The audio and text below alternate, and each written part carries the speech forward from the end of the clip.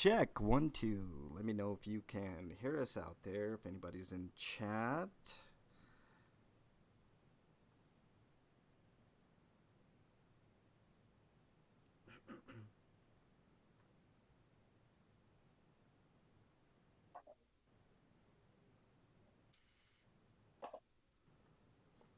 Test 1 2. Let's see. Let's get this guy out of the way. Will I even have time for my reviews this week? Or yours? Yes, we will. I told you we might go a little bit longer today, but that. All right. Test. 1 2 3. We should be live on all the streams. I guess I could check it out. I'm waiting on break anyway, so. Oh, he's ready. Here you go.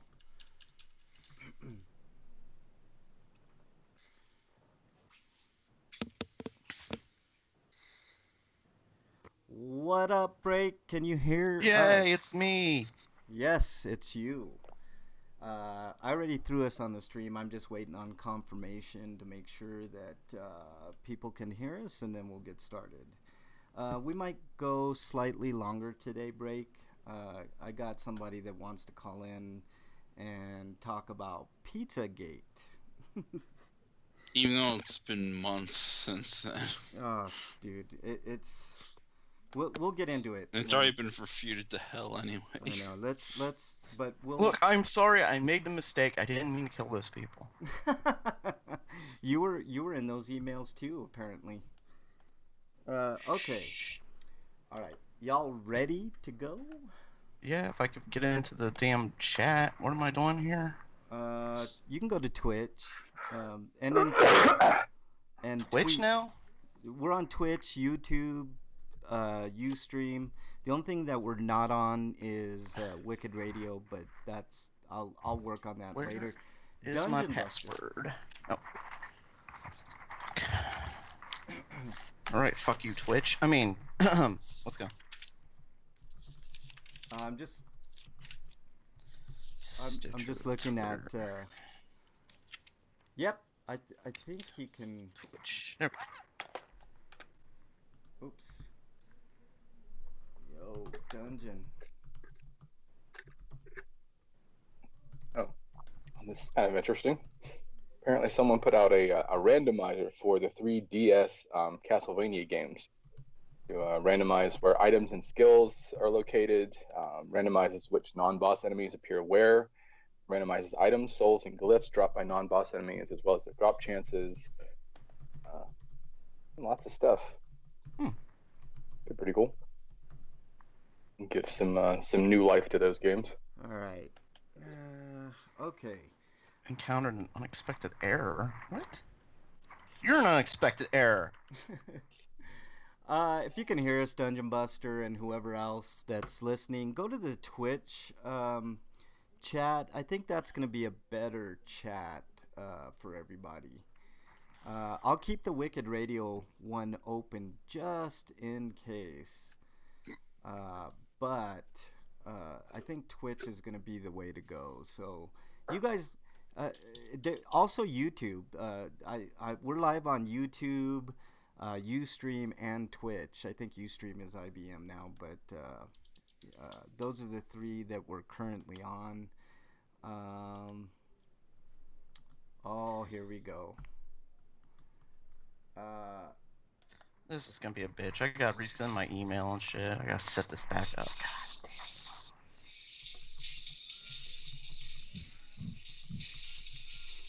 damn. What in the hell is going on? I'm trying to log into Twitch and it's showing me the ads. Hey, Dungeon Buster, teach me how to do that after, dude, because I'm like technically challenged when it comes to chat rooms. Everything. How dare you? All right, I think everything's ready to go. We're still working out some kinks, so that's why it's taking a bit. Let me add this guy. Accept this guy. All right. All right. Reset your password. Yes, you fucking fuckface.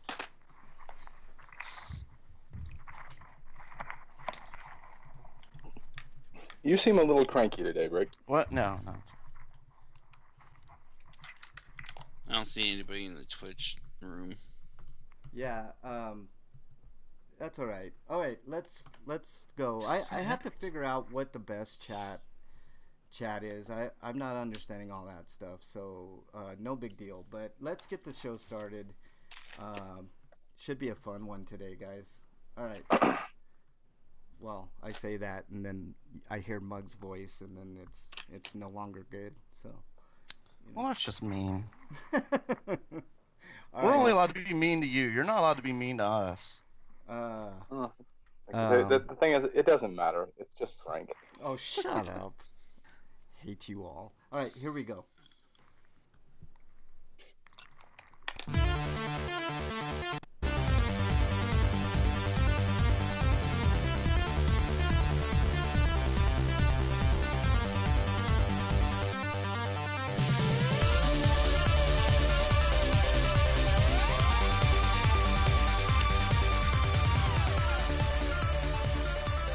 And welcome to RPGrinders, everybody. I'm your host, Frank Branches, alongside my trusty cohorts, Eric the Great, Breakman the Bold, and the Frosty One himself, the Mug.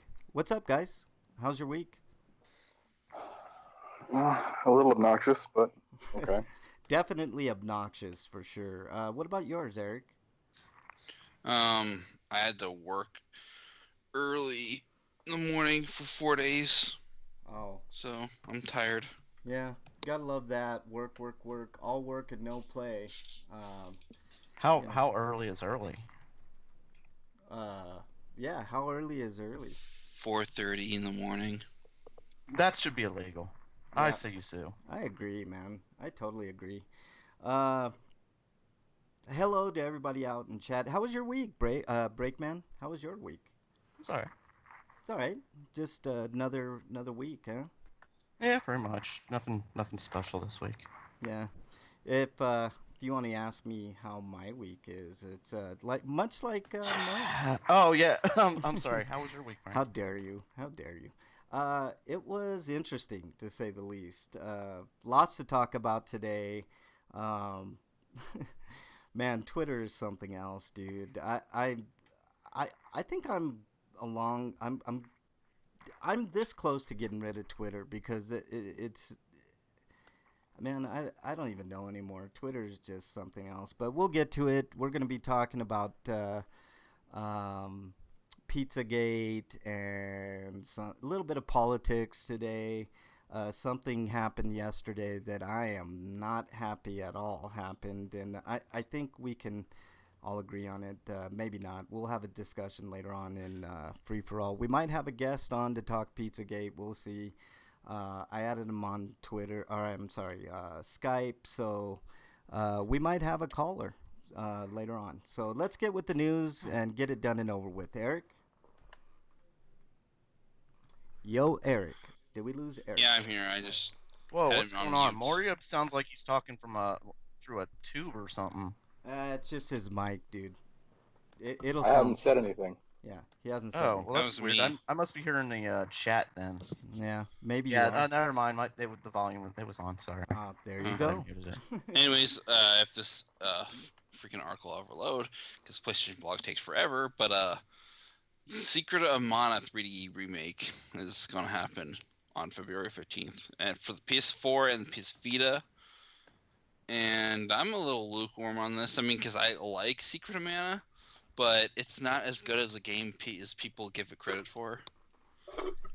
I I was never a huge fan of it. I can attribute that mainly to the fact that the game was easy as hell because you could just spam magic all day, and the fact the game encouraged you because later on in the game, melee attacks basically did nothing to bosses. Unless you were fighting the final boss and you used the mana spell because you had to at that point. I mostly remember like the game was buggy as hell, and it had a nasty habit of deleting save files. Yeah, at least the cart version did. But Yeah. Dungeon Buster anyways, said he saw 3D. there was a screenshots. variable with font hack that actually picked up some of the translation and all the letters weren't in caps anymore for the names, Yeah. and it was just really nicer looking. But as for this, I mean, it's PS4 and PS Vita and PC, so it obviously looks like it's made for PS Vita first and foremost. yeah, Yeah, this yeah. game looks like they're using the same engine, but they've done more with it from Adventures of Mana. Yeah. But it also has voice acting, so they're actually putting effort into this. Yeah. And a newly arranged soundtrack. I hope that the feel of the soundtrack isn't changed too much, because I don't know if they'll go full orchestrated and the Kikuta soundtrack will just get drowned out, or they're gonna play it closer to the retro style. Yeah. All right. But I always thought Secret of Mana's music was incredibly overrated. I never understood the love for it, other than like 1 or 2 tracks. I think then you're overrated. There's local multiplayer, which is nice if you have friends, but if you don't have friends that live nearby, you're fucked. Yeah. Well, that's kind of your own problem. Right? I think I mean, it may not be a personal selling point, but it's a nice feature. I think Well, that you're was overrated. probably the main reason the game was so loved, because when you play a game with friends, it's always more fun. Yeah. Dungeon Buster says he's seen the 3D screenshots, but he prefers the 16-bit. It's because that was one of the very few games that actually made use of the multi-tap that people bought. Yeah. Maybe you'll be able to attack from. They needed an excuse to use it after. Time the game will play better because of that. Yeah. Let's get to the next story, guys. We've got a lot to cover today. I want to get through news as quick as we can. Breakman. There's if you pre-order it, you get some themes, but who cares? Yeah. All right, Breakman. Next story, please. Okay, coming to us live from RPG site, Final Fantasy 15 and Assassin's Creed collaboration announced. Squeenix and Ubisoft have revealed a collaboration between Final Fantasy 15 and the Assassin's Creed franchise. Beginning on August 30th, players who have obtained the I combined 2 words. Obtained the Dream Egg key item from the Moogle Chocobo Carnival event will be awarded with the original Assassin's outfit from the Assassin's Creed franchise. Then on August 31st, a new free DLC will be available in Assassin's Festival, where the town of Lestalum will transform into a festival with an Assassin's Creed theme. Participating in this festival can unlock another outfit from the franchise, as well as give Noctis exploration and combat abilities like you would find in Assassin's Creed Exploration. Oh boy. Anybody? I saw the trailer for this. It actually looks surprisingly fun. Does the it? Combination of Final Fantasy 15's mechanics with Assassin's Creed. It's like, that actually looks like it'd be a lot of fun. I guess. Mug, you're the Assassin's Creed fan more than anybody on the show, I think. I would take your word for it. I'm lukewarm on the series at this point. I mean, the last game I played was Unity, and in my opinion of that game in retrospect is that I kind of hated it. But I never played Syndicate. I mean, the stuff I'm hearing, the changes I'm hearing about in Origins are kind of intriguing, but I've been burned by this series a couple times, and I was like, I'll wait until prices drop, and we'll see how it goes. Oh, that's how I am with every AAA game for sure. All right, Mug, you ready for the next story? Yep. Coming to us live from RPG site. Final Fantasy 15 is coming to PC, which shouldn't really surprise much of anyone. Yeah. Square Enix promises it will be the ultimate quality. It's the announcement of the previously open discussed PC port of the game took place at an Nvidia event running up to Gamescom 2017 in Germany, with Nvidia acting as a key partner for this new release of Final Fantasy 15. It'll feature 4K high-resolution textures, which is apparently, if you do that, it's going to massively boost the install size to about 170 gigs, which is not surprising. I mean, it's not surprising. I don't have 4K, so I don't care. Yeah. Okay, if I could finish without being interrupted. Okay. The 4K resolution textures take up a shit ton of space, and there's a lot of texture work in that game. But they also said that the NVIDIA GameWorks integration, which is the realistic grass simulation, hair simulation, combustible fluids, fire and smoke simulations, advanced shadow algorithms, high quality ambient occlusion, which I'm not quite certain what exactly that is, an Nvidia Ansel, a unique screenshot capture facility recently used by Mass Effect Andromeda. The only time I've ever seen like that Nvidia GameWorks stuff, it was the trailer for the PC version of Arkham Knight, which, you know, if you kept up with that at all, it was, you know, a massive clusterfuck. So I was like, I don't know how well I can trust that GameWorks thing to actually, you know, be functional. But I mean, hey, it's cool that the game's coming out and more people get to play it. Yeah. I just wanted to say that the game is also recommending that you get about an $800 video card. Holy Yeah, shit I mean, balls. For the 4K textures, probably. Yeah. You could Yeah. probably play with a much cheaper and weaker card, but you won't Yeah, get. I mean, you're gonna need a ton of memory to get the 4K Wow. textures. Yeah, you're gonna need a beast of a system to get that for sure. But I'm still gonna have to probably update my video card though, just to play the game. I would love to see confidently. it. I'd like to see it, like in person, not on any. Oh yeah, I mean, Yeah. imagine having that in 4K at running at 60 frames per second. I mean, like, 'cause Final Woo-wee. Fantasy 15 is a beautiful game. Yeah. All right, let's move on to the next story. Also Final Fantasy related. Final Fantasy 15 Pocket Edition announced for mobile devices this fall. So that's the gist of that. It looks ugly as hell. It does look ugly. I'm looking It's like at, you have the It art looks- style from Theater Rhythm and World of Final Fantasy, but you chose with this design. Why? It looks It awful. reminds me of the look of Final Fantasy 3 and 4 on the DS. Yes, exactly. Only That's- not as good. Yeah, not nearly as good though. Exactly. I don't know. I kind of like it. It's weird and it's like I don't know. It's cute. The team suggested the game could come to Switch, but I'm hoping that they don't bring it out for the Switch and not do proper 15. Yeah. Because they could probably still do 15 on the Switch And not with from everything some I'm tinkering. seeing. Yeah. Yeah. I don't know. It looks like shit, to be honest. It might play fine, but I don't know, man. I think other than games that try to get the retro look on purpose, like Shovel Knight or something like that, I think I'm pretty much done with that old school, look. I don't know. What do you guys think? Is it? I don't know. From what I'm reading about it, it looks like they're essentially doing it's kind of a demake, I guess, of the whole game. You So can't- to tell the same story. It's like they learned from 13 and how that you shouldn't stream a PS3 game to a mobile phone. Yeah. Dungeon Buster says if there's one nice thing I can say about Final Fantasy 15 is that the artists did their job very well. That's thanks for that, Dungeon Buster. It definitely has a lot of problems, but let's move on to the next story. It comes to us. Wait, you haven't played the game, have you? Which one? 15? No, I haven't. And what are you talking about? I'm talking about what Dungeon Buster's saying in chat. Anyways, next story, Eric. Next story is well, why don't I just do the next three then, because they're kind of related. Okay, it's fine. But the first story is only like days before the release of Yakuza Kiwami, the sequel is announced. So basically, there's going to be a remake of 2 now.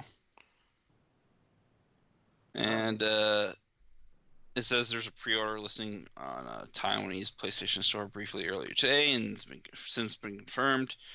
But using the same engine as Yakuza 6, and it says release date says December 17th for this year for Japan. So we're looking at what, a late Like next year maybe release? May. Yeah. That's not too far off. I think Dungeon Buster would be interested in that for sure. March 15th is the date for Yakuza 6. So. All right. Let's move on, Eric. Next. But and more Yakuza-related news. We've got Yakuza Online, and it's going to be releasing on consoles, but in addition to that, smartphone and PC with a 2018 release, and is supposed to hail into the next series of games featuring a brand new protagonist. All right. That's The protagonist name's Kasuga Ichiban. Huh. He looks weird. He's got kind of a really cool hairstyle. That's cool. I never played in any of the Yakuza games. I really should retroactively play some of them. They look really interesting. Dungeon Buster's a big fan of Yakuza. Well, you should start with 0, then go to Kiwami, and then play the others. Yep. All right, next story, Eric. Next story is Fist of the North Star game by Yakuza Studio, only being known so far as Hokuto ga Gotoku. Yeah. Dungeon Buster asked, and he receives. He said he's excited for the first Fist of the North Star announcement using the Yakuza engine. So, yeah. They also kind of took the title from Yakuza's name and just put Hakuto in front of it instead of Hakuto no Ken. Yeah. It's like Hakuto Yeah, Gaku. So Yeah, that's like same a thing- so that's same like thing a as fist then. Hokuto Musou. Yeah. So that's cool. I used to like Fist of the North Star when it first came out, and then I got older, and I looked at it again. The movie's A better little- than the TV series. Oh God. The manga's better than both of those. Yeah. Well, the property itself is extremely juvenile. Yeah. Yeah. It is very much a 12-year-old's idea of what cool is, Yeah. and we'll say it's dated. It hasn't aged well. Yeah. All right. So Ninja Scroll isn't that far removed from it, which is why I don't like it anymore. I like Ninja Scroll quite a bit, but I never cared for Ninja Scroll.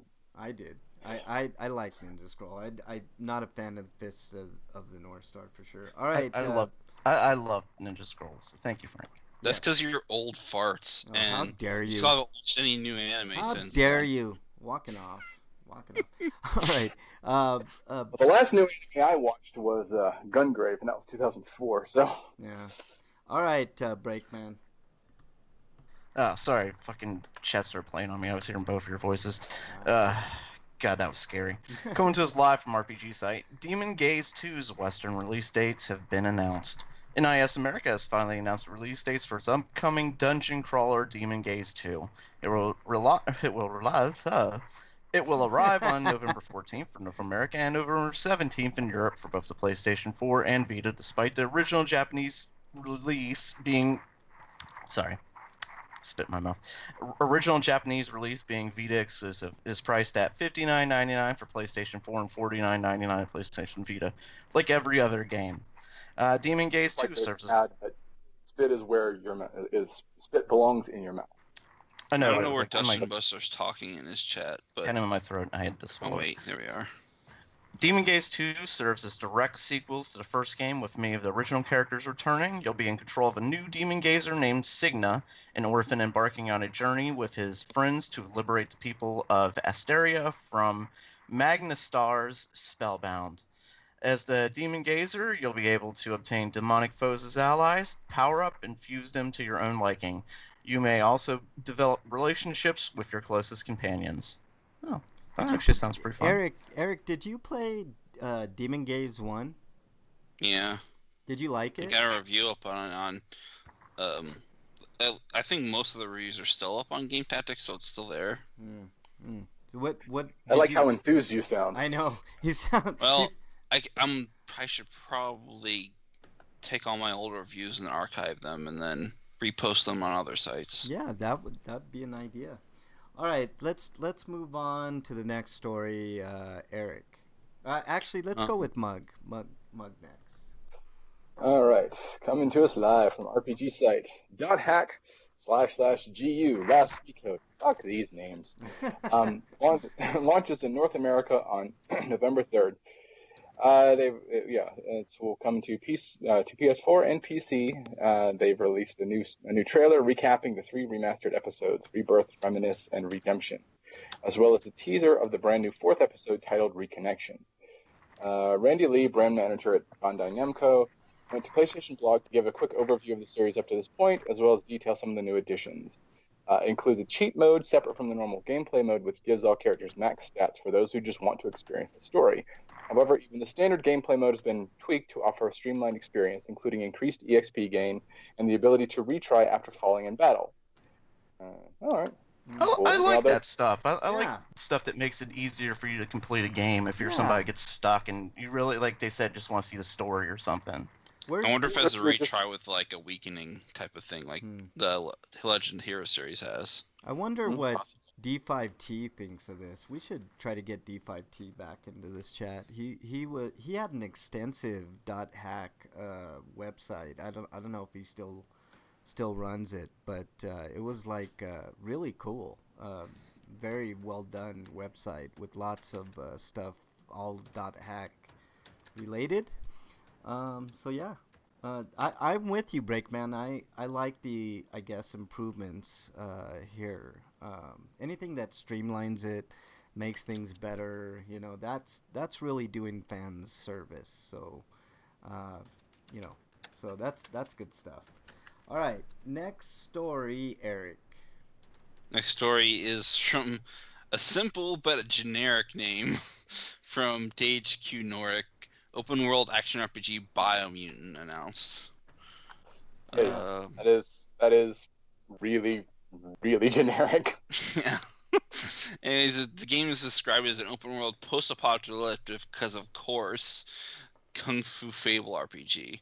Yeah. With a unique martial arts style combat system allowing you to mix melee, shooting, and mutant ability action. I'm gonna give THQ a little bit of credit here. They normally produce shit, but I like the screenshot that they put up here.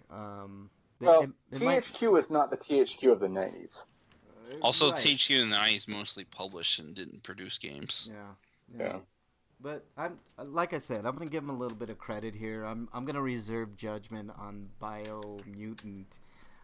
Yeah, it also is like X Just Cause devs, and those were good games. Yeah, go over the bullet points, Eric, and then we'll move on. And bullet points are that it says martial arts style combat system that allows you maximum freedom of movement and agility while mixing shooting, melee, and powers from your mutations. Acquiring new wushu combat styles will, through progression and learning from masters you'll meet, constantly adds to your choices and makes sure combat never gets old. And you'll be able to recode, aka respec, your gene structure to change the way you look and play, and alter your stats, of course. I like it already. And crafting, because every game has got to have a goddamn crafting system now. I know. Crafting. Crafting has infiltrated everything. It's like I didn't need it in Mass Effect. It's hitting all the boring ass bullet points of an open world game. So I just hope that it doesn't get too boring too quickly. It does have an open world, so I'm sure there's plenty to do. But Yeah, but is it worth doing? Yeah, that's the thing. So I've really gotten. I used to love open world games as a general rule, but then it's like, God, they've just gotten so tedious for me. Yeah. Just because they've become so formulaic, Yeah. and you can blame Ubisoft's influence for that. Yeah. At the very least, it looks really pretty. I'm looking at some of the screenshots. It does look pretty. So, like I said, I'm gonna reserve judgment on this one until it comes out. Next story comes to us from RPG site. Koei Tecmo announces Attack on Titan 2 for early 2018. They didn't give us very much details after that. That's nice of them. Did you guys play the original? Yes. I heard it was pretty good, surprisingly.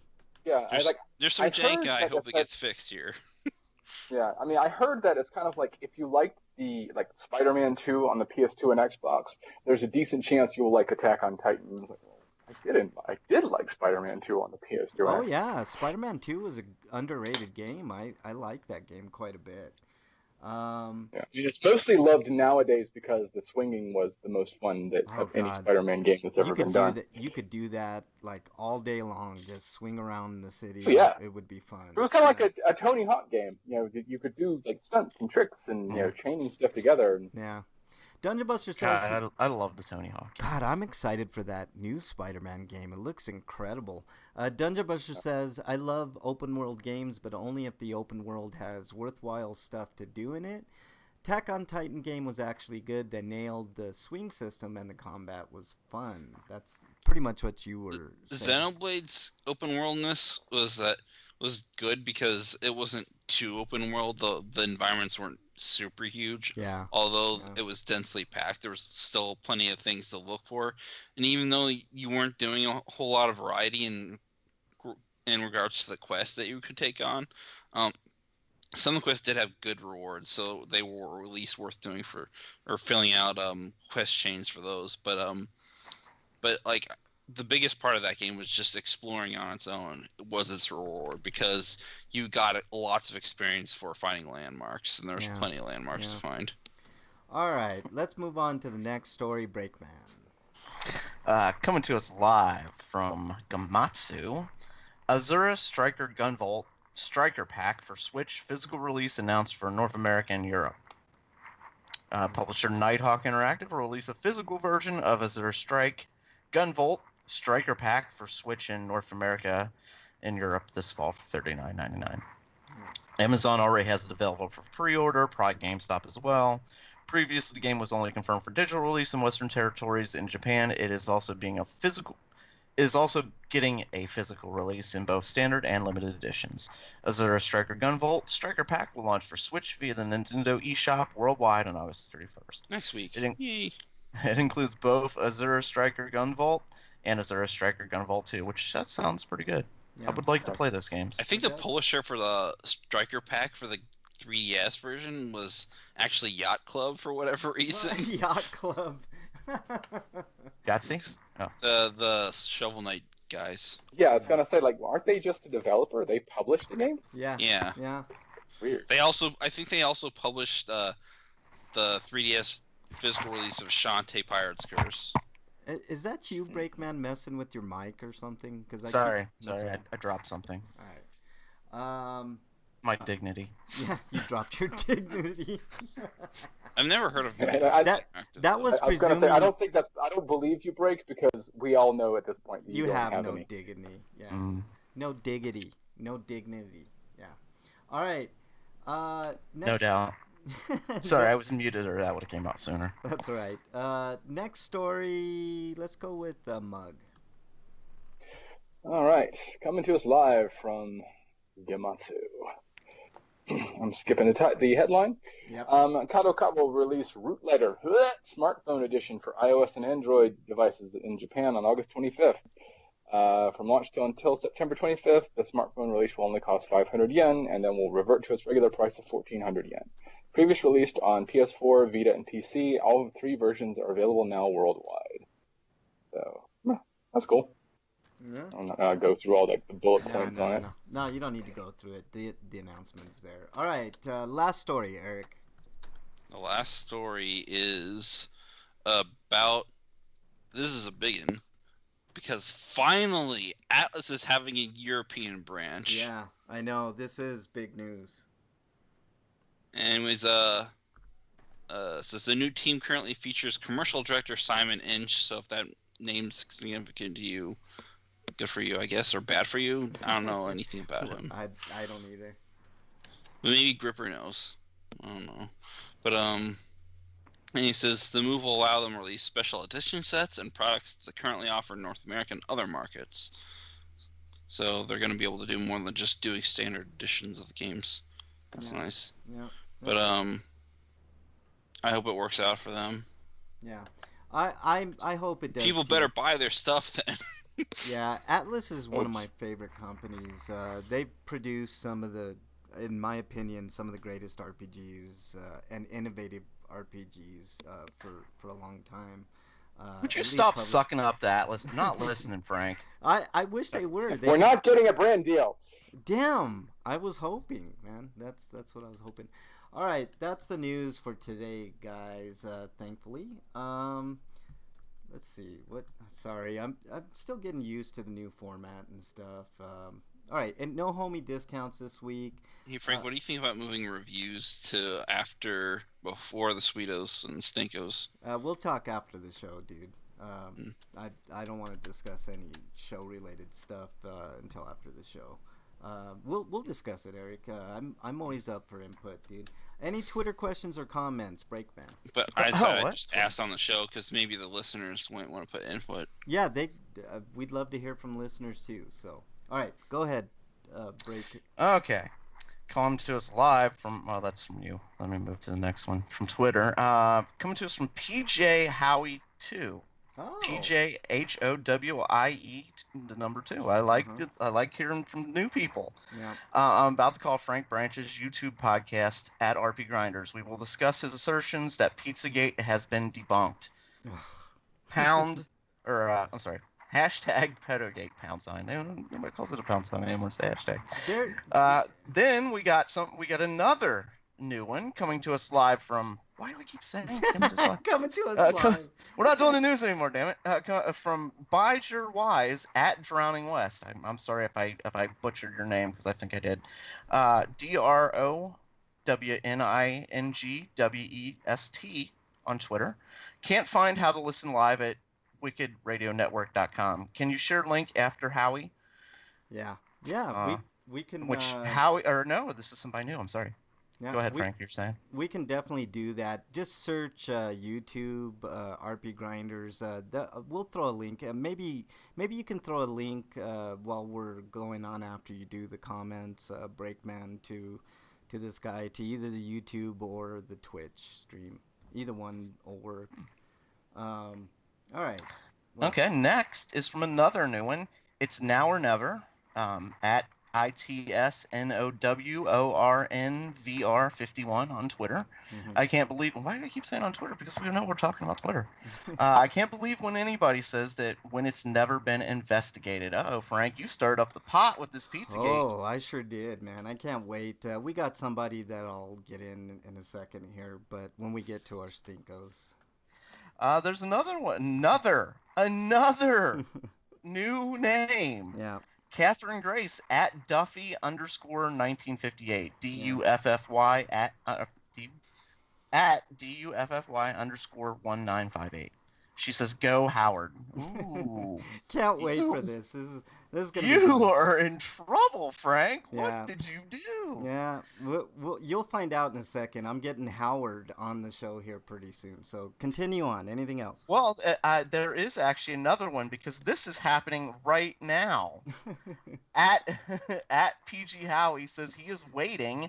They're talking about gaming right now, which is true. We're getting close to that. We still got Stinkos and Sweetos, but then I guess we'll be doing Pizzagate. No, we're gonna be doing that. I think we'll wait till after Stinkos to do, and Sweetos to do Pizzagate. But we'll do it. That'll be our free for all. We got a couple of reviews. I'm gonna skip mine today because this is gonna be too good. All right. Anything else, Break? No, that's it. Okay. Nothing for free. That's enough. You've started it. You've started pot, Frank. I have. I can't wait. It's gonna be fun. All right, what have you guys been playing? Real quickly, I've been playing Marvel Puzzle Quest until further notice. Eric, what have you been playing? Just some more Hakuoki and trying to get all the achievements on the Steam version of Trails of Cold Steel. Okay, cool. Nice. Breakman, what have you been playing? Mostly the same stuff, but Halo 5. Yeah, I played some Halo 5, of course, but most of my time has probably been spent playing Plants vs. Zombies 2 again. I could say I played Record Keeper, but I played so little of it, I decided not to. What else you been playing, Break? I did Record Keeper. I've been unlocking the most powerful abilities now. That's what my goal has been. Nice. But they don't give you enough materials to do it, so you kind of, at least not at this point. Maybe if I get deeper into the harder stuff, I'll find something. Yeah, maybe. You've been kicking ass at that game for a long time, dude. All right, anything else, Break? That's it. All right, Mug, what have you been playing? Well, I finished playing through Sundered. I think overall I liked it significantly better than Eric did. Um, but I read his review and I agree with a lot of his statements about some design issues that it has. But I also I checked out a game called Icy, which is this very strange, it's this mesh of side-scrolling action gameplay with a huge dose of the Stanley Parable. It is a strange mixture, but it's interesting and it's pretty enjoyable. Yeah. But also playing a little bit of going back and revisiting Castlevania: Circle of the Moon. Nice. Which I've just about refinished. Yeah. I love that game. Yeah, it's great. Yeah. All those games are pretty damn. Yeah, The only thing I don't like my about favorite. it is how slow it is and how ugly it looks now. Yeah, it is. It does look really dated. Yeah, it's It's got amazing music. Yeah.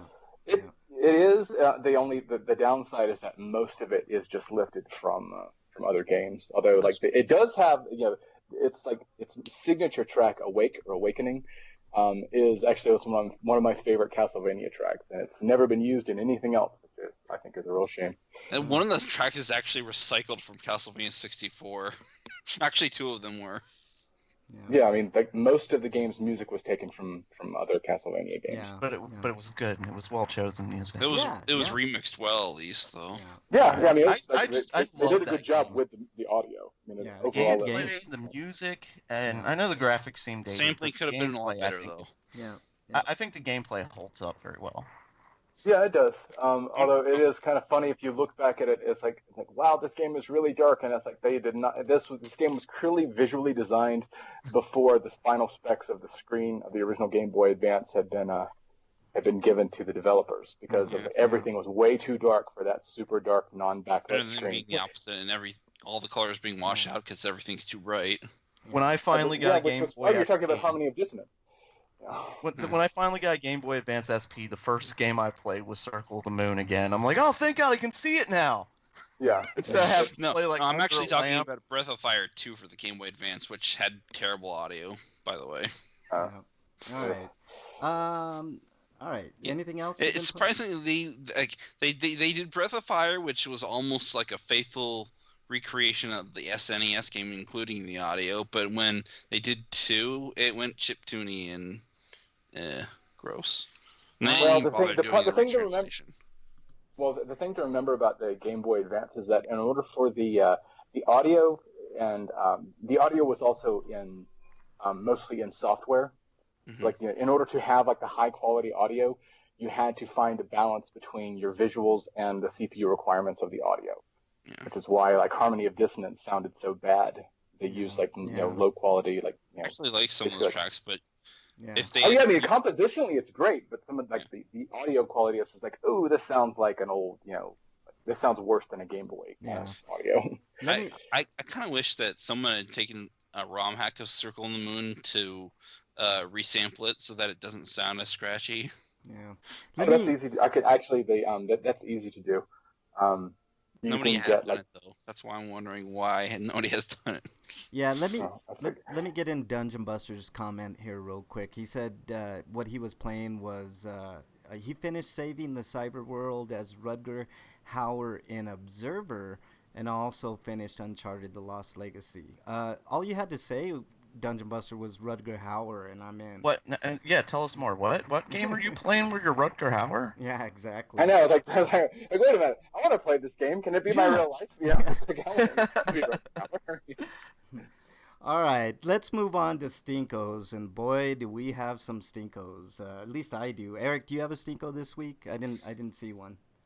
Hold on a second. I think I might have slotted one in, but I didn't see one. Yeah, I don't have one this week. That's all right. All right, that's all right. Oh wait, no, I do, but I put it in the wrong segment. That's all right. What's your Stinko? Is it you put it in LOLs? Yeah, I don't know why I did that, but actually, Really? it's not even... I was just kidding.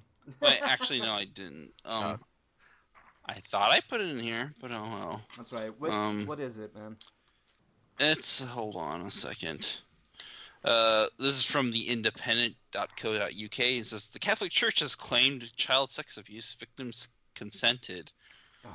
Oh God, did that ever piss me off? boy. Yeah. Oh boy. It says Catholic Church and British local authorities have been accused of using a legal loophole to avoid paying compensation to victims of child sex abuse. Criminal Injuries Compensation Scheme, a government agency, has denied. Why are they calling it a scheme? That sounds shady. Anyways, has denied some children financial settlements because it said that the victims had quote unquote consented to the abuse. Yeah, that's bullshit for one, because you can't manufacture consent as a minor.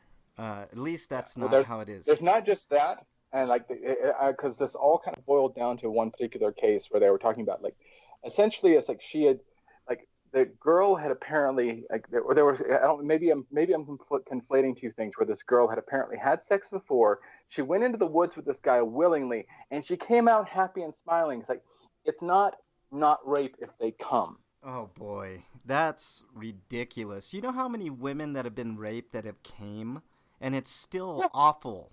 It's fucking awful. I mean, it's like just because your body's responding doesn't mean you want it to be happening. Oh God, that's a definite stinko, man. All right, anything else on that, Eric? God, is there more to it?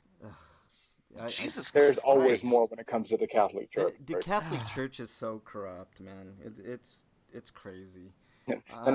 For it to be corrupt, that has to imply that there was ever a purity of purpose. Right. You can go back. Right. It is an abscessed tooth and has always been an abscessed tooth. Yep. I can't help but think that it's always been a cover for shady shit like rape. Yeah. Dungeon There's Busters. always going to be lawyers to help defend it. And then there's the insane delusional pieces of shit who started wars in the name of their god. Oh God.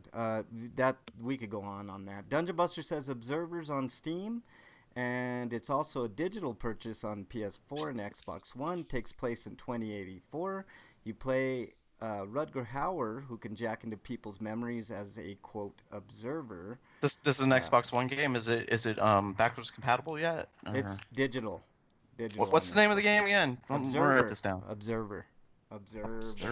Yeah, it's a slow boil adventure with a bit of horror from the people that made Layers of Fear. He said. So there's your update on Rutger Hauer. Yeah, you had me at Rutger Hauer. I don't care how bad the game is. I'm playing Rutger Hauer. I've never played Layers of Fear either. Yeah. All right. I have. It's okay. Yeah. All right. Let's go with Breakman. Your stinko. Okay. Well, before we get to my stinko, I wanted to ask you a question. Sure. What do you think of what do you think about Ian McGregor? Ewan McGregor's a fine actor. I don't know. No, not Ian McGregor. What's his name? Ewan. Ewan. EWAN. Ewan. Yeah. Is that the boxer? Or the fighter? UFC fighter? Oh, you're thinking Connor. Conor McGregor. That's his fucking name. Okay. I'm gonna say about five seconds of this. Okay.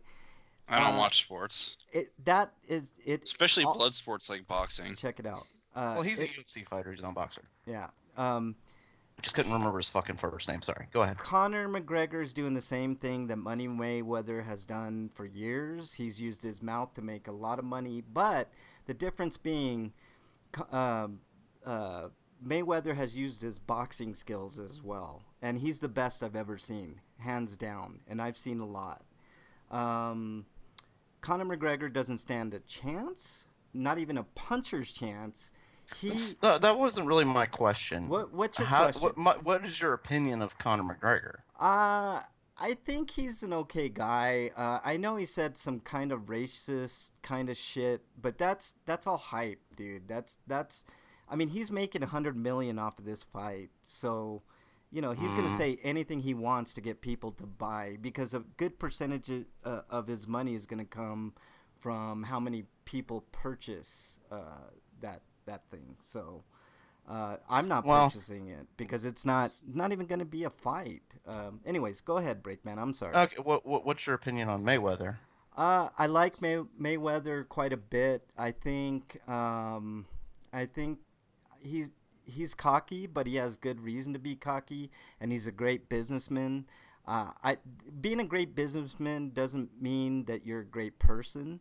Um, Yeah, that was more of my point. Is like, Yeah. what do you think of these two people as people? As people, I don't know Conor McGregor. Over the years, I have looked at different things with Mayweather.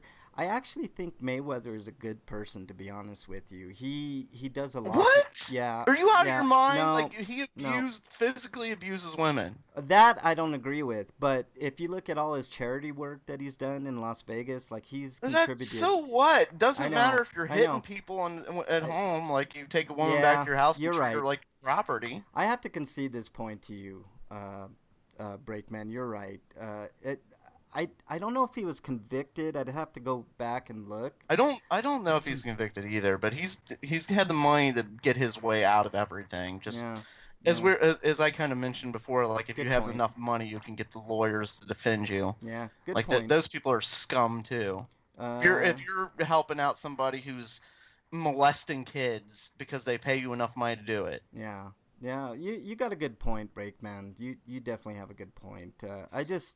I just But look at my stinko was going to this fight Oh, and it these two sucks. guys that Yeah. are fighting because I don't think either one of them's a good guy. Yeah. I know you're brushing off the racist stuff Conor McGregor said, but every time he fights somebody, he has to make like when he's fighting a Latino guy, he has to make like taco jokes. Yeah. He's Well- fighting Mayweather. He's talking about dance for me, boy, and he when he was talking about Rocky movies, anytime there's black people in the ring, he was calling them dancing monkeys and stuff like that. Yeah. Okay. You know, whenever the subject of boxing or UFC or whatever MMA comes up, I'm always like, yeah, this is almost as bad as NFL.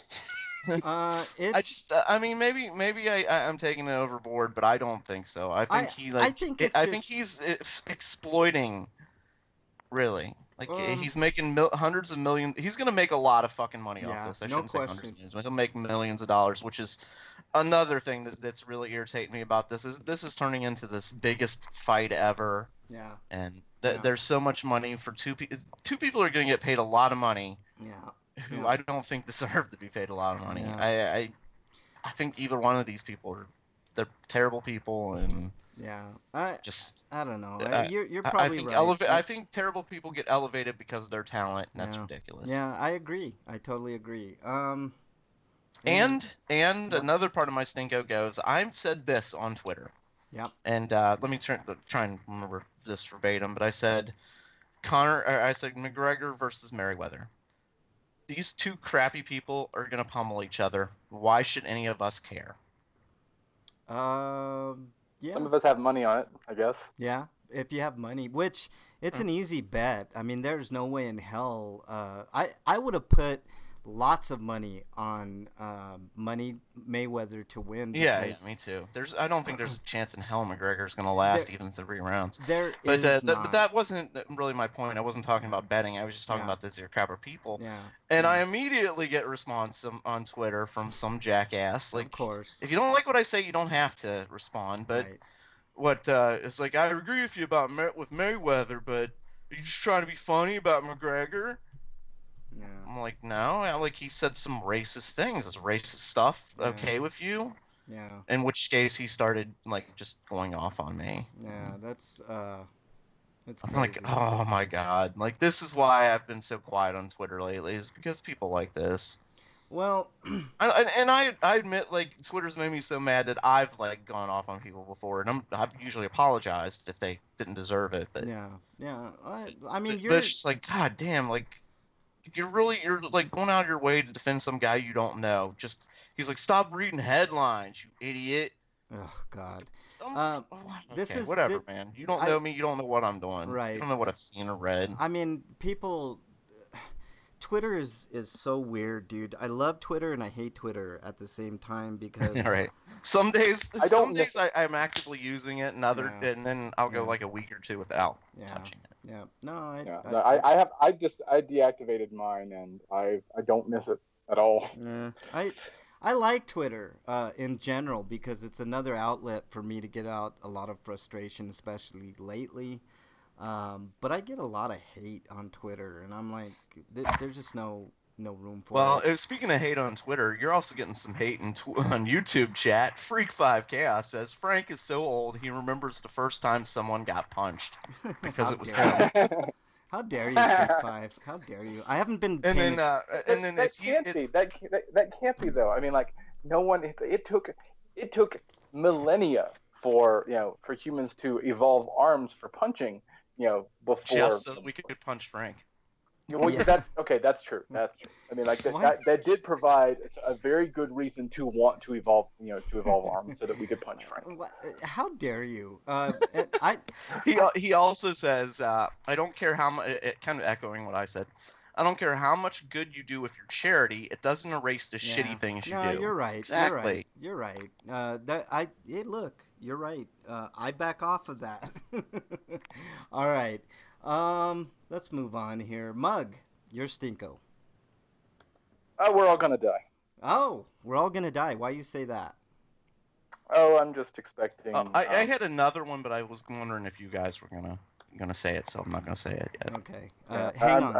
I'm expecting a nuclear exchange is going to wind up escalating into full blown global thermonuclear conflict, and we're all gonna die. I don't think it's gonna go there, and I'll tell you why. Yeah, I don't either. Because North Korea just backed down. They were like, "Look, Trump isn't doing anything. We're not doing anything." So, it's just two man babies in charge that are just posturing. I think he realized he had a lot to lose at that point. Like if he probably expects like if he wants to attack us, maybe he should just not say it. He just do when he feels like it. Well, the thing is, the United States is running out of friends fast. Yeah. And if North Korea is baited into launching missiles, South Korea and Japan are destroyed. I mean, they're just gone. And Guam, and if the latest, well, I'm not sure. I believe that they can hit the continental U.S. yet. I really am not convinced of that. There's no evidence to really say that it can hit Los Angeles or even Alaska for that matter. Alaska's more probable, but I don't know, man. I go back and forth on it a lot. But there is a chance of it, Mug. I mean, look, Trump is in office. Need we say more? I mean, that's proof enough that this shit could happen,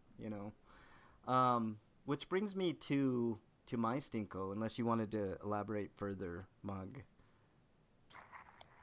Oh, no, just the...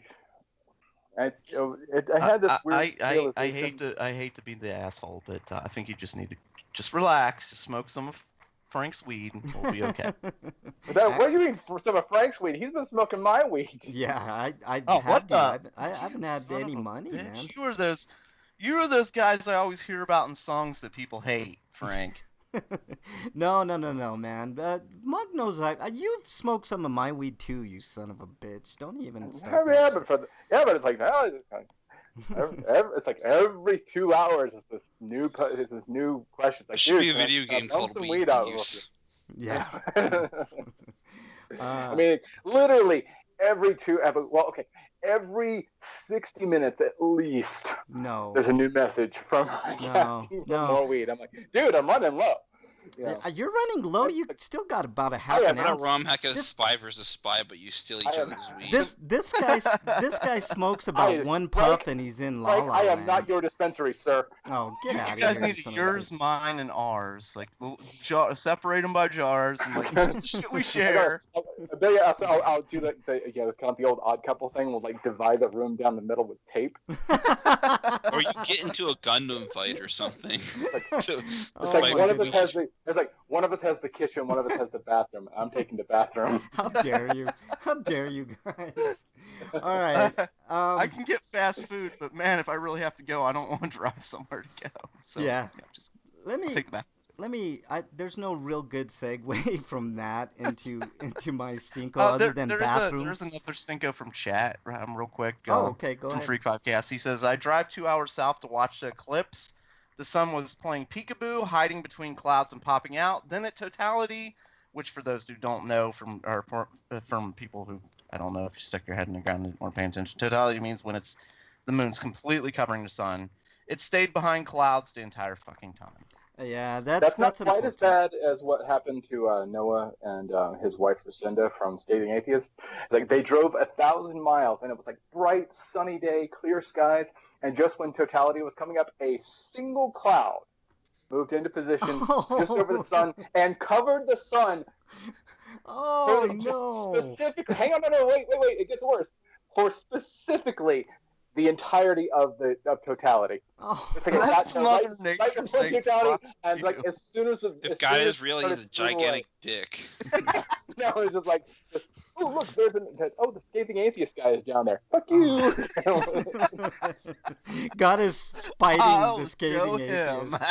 Yeah, that's awesome, They man. drove 1,000 miles for that, and he was like, God. "Oh, look, everyone got to see as much of the like everyone who didn't drive 1,000 miles got to see exactly as much of it as I did. I'm not bitter at all." Oh man, that's something else. That's funny as hell, man. That's great. All right, well let's move on to my stinko, guys. And yesterday, our beloved leader, the leader of the free world, Donald Trump, he gave a pardon to Joseph Arpaio. If people don't know who this jackass is, it's the guy who's basically a racist, stopped people because he thought they looked Mexican, had his men, his goons. They're not even police officers, they're goons and thugs. That's a term that is used quite often with black people and Hispanic people when talking about criminals. This guy's a thug. He is a criminal. He was convicted. I use thugs all the time. I'm sorry. No, Just referring to anybody who's. but I think Justin Bieber's a thug. Yeah. Oh yeah. No question. But Joe Arpaio is a thug and a criminal, a known criminal who was to be sentenced in October, and that fucking asshat Donald Trump pardoned him. And if anybody in the Republican, I've got a big problem with presidential pardons. I always have. Yeah. And this Well, is just a presidential fine pardons are- fucking example of it. well, they can serve a good purpose, but. I don't. And most of the time, they just spare their friends who are in jail for screwing like elderly people out of money and shit like that. Yeah. I have a huge problem with it. I always have. I always probably will. Yeah. Well, the thing that Like you said, Frank, this is just fucking terrible. Yeah.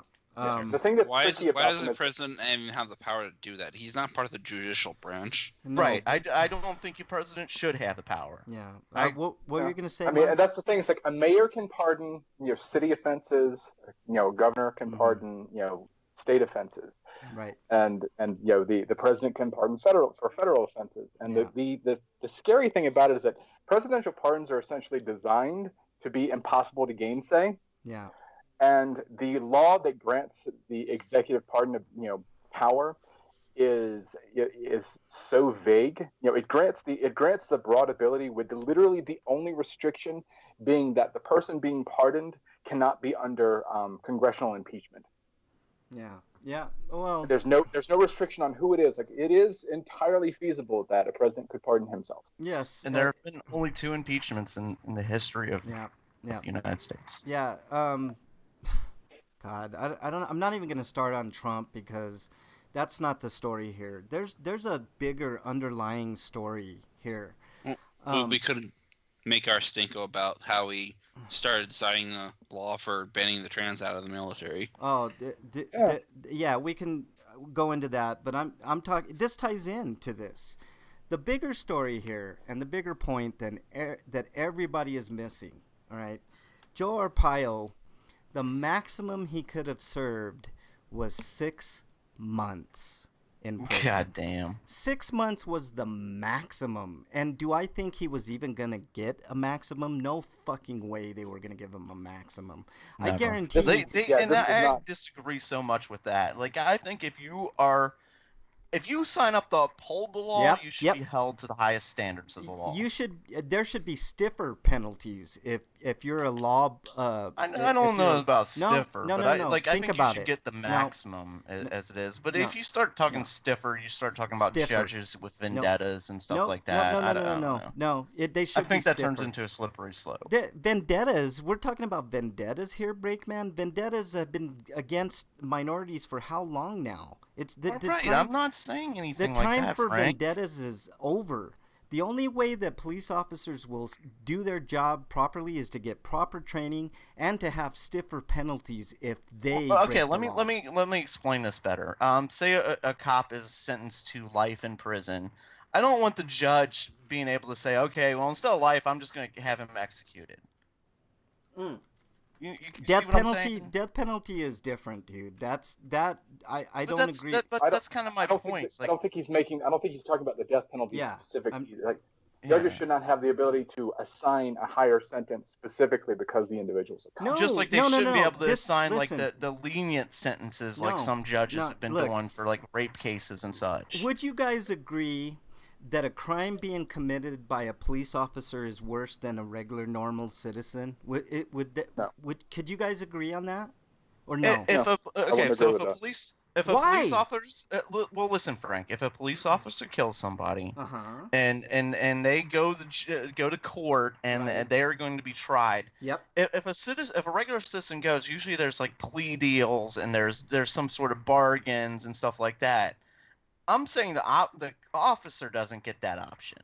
He doesn't get the plea deal. He doesn't get the lenient 6 months. Like, he doesn't get 6 months chopped off his sentence type thing. Look, I'm saying he gets his full the issue is not. Yeah, it's not that the police need stiffer penalties for breaking the law. It's that the existing penalties need to actually be enforced when they do. But they never Exactly. are. That's what I'm saying. They never are. And I think if you're put in Which a we posi- agree they aren't, but they should be. Listen real quick. Just hear me out on this. Oh, wow. Okay, well, hold on, Frank. I got something that you might enjoy. Mm-hmm. Freak 5 Chaos in chat says, I must be wrong. I agree with Frank on this. No, look. If you put Freak is agreeing with you, Frank. So that's I know that the I world was is right. going to We're end. all gonna die. Yeah. Oh shit. Look, here's the deal. All right. When you put somebody in a position of trust, okay, we talk about Catholic priests quite a bit here and how despicable they are, right? And how they should be in prison and a bunch of stuff, right? We are trusting a person, a police officer, with our well-being and our security, all right? There is a special trust, which is how it should be. Those people should know the laws better than we do, right? So why aren't their penalties stiffer than ours? That's an oppression, all right? That is a definite oppression of just general citizens. I think you were incredibly far off base. No, yeah, I'm not. I think I agree with Maury on this one, but Freak 5 chat or Freak 5 Cast in chat says the people who are supposed to enforce the law should know the law. Yep. So they should be held to a higher standard than the law than a normal citizen who may not know all of the laws. Absolutely. I couldn't agree with you more, Freak 5 Chaos. I don't agree with that at all. But I don't. The real issue is that code of silence, the thin blue line shit. Look, no question. It's used to protect police officers. There's no from question. The no question. No question. And the thing is, essentially, creating extra penalties is not going to solve anything because it does nothing to address the issue of police officers not being assigned the penalties for breaking the law. Then why do they always raise the bar for normal citizens? If they find a crime pretty egregious, they raise the bar. Why can't we do the same with police officers? Actually, their fines should be worse.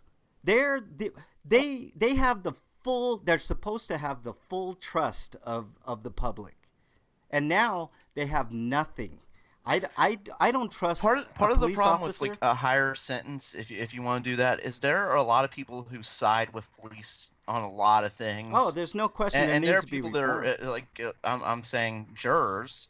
Yeah. Who will see that as like, I don't want to punish a police officer more. Well, that's another a realistic separate problem because there are people who will not vote will not decide against the cop. That's a separate issue that I've talked about on Grinders before. It has to do with juries. But it affects this issue too. No, I understand, but you guys are missing the point. If you're look, we're not missing the point. We just disagree. Look. Here's the deal. Hang on. One quick thing here, Frank. The general demeanor you're coming off here is like you're saying we're missing the point when you're just saying like you're not agreeing with me. No. Look, here's my point of view, and maybe it can make you understand. All right, when police officers go out, they have every advantage over a citizen. All right, you just talked about juries. All right, they always have sympathetic juries. I can't think of very many police trials that ended up super bad for the cop. It's always less sentence. Why is it less sentence? You know, if they get convicted of a crime, shouldn't it be worse than if I or you or anybody else on the street does? Really? Why not? If police are what juries think they are, they wouldn't have a problem with double the sentences or higher sentences for people in power. They wouldn't have a problem with it. I'd be willing to go there. The thing is, I'm fairly certain that imposing something like that would also be grossly unconstitutional, because there's that whole equal protection thing. Yeah, and when you get down to it, I mean, they're still citizens, and the furthest I'd be willing to go, where you're going, is maybe bumping up the minimum sentencing a little bit. I was gonna be in the middle and say, yes, they need stricter penalties, but how much stricter? Not much, maybe like 0.5 times the rate that normal citizens would. I think Mug's also right in that they need to more strictly and actually enforce restrictions or the penalties that they already have. If you were to ask a police officer how much he knows of the law as opposed to you, what do you think he's going to say? Do you think he knows 0.5 more percent of the law than you, or 50% more of the law? He's going to say he knows the law 100% better than you. So if you know the law and you willingly break the law, officers know the law about as much as an average citizen. I agree with that too, which goes into police reform and all that shit too. But until we start treating police how they treat us, there's going to be no change. There's going to be nothing. Nothing. Yeah, well, the thing is, I don't know if you realize the implications of what you've just said, because what you're advocating is essentially open war. It is what? Open war. No, I'm not advocating that. I want equality. I don't want punishment, which is what it really does sound like you're going for, is punishment. No, well, I'm on board with Drake here. It's like the issue is not stiffer penalties, because stiffer penalties aren't going to, even if they were constitutional, which they're probably not. They are constitutional. They wouldn't mean well, that's up to a lawyer to decide, or to evaluate. I'm not a lawyer. Neither are you. So, but my point is, it doesn't mean anything if those stiffer penalties wouldn't be enforced. If we would actually enforce enforcement is a big issue. That I agree with. I totally agree, Mug, on that. I don't think we're too far away, but I think as a gesture to all law-abiding citizens across the United States, I think it would be a good gesture, and I don't think cops would have much of a problem with it either, would they? If they're clean and they do things the right way, they would be like, fine, triple the penalties. What difference does it make? I don't agree with that Why? at all. Why I wouldn't think there'd they? be a lot of fighting against that. Why would they fight? They know the law better than us. Because Frank, just think about it. If something was enforced on you, if somebody was enforcing something on you, even if you kind of agreed with it, if it was being enforced on you, wouldn't there'd be some pushback? I've been enforced on plenty of times, Brakeman.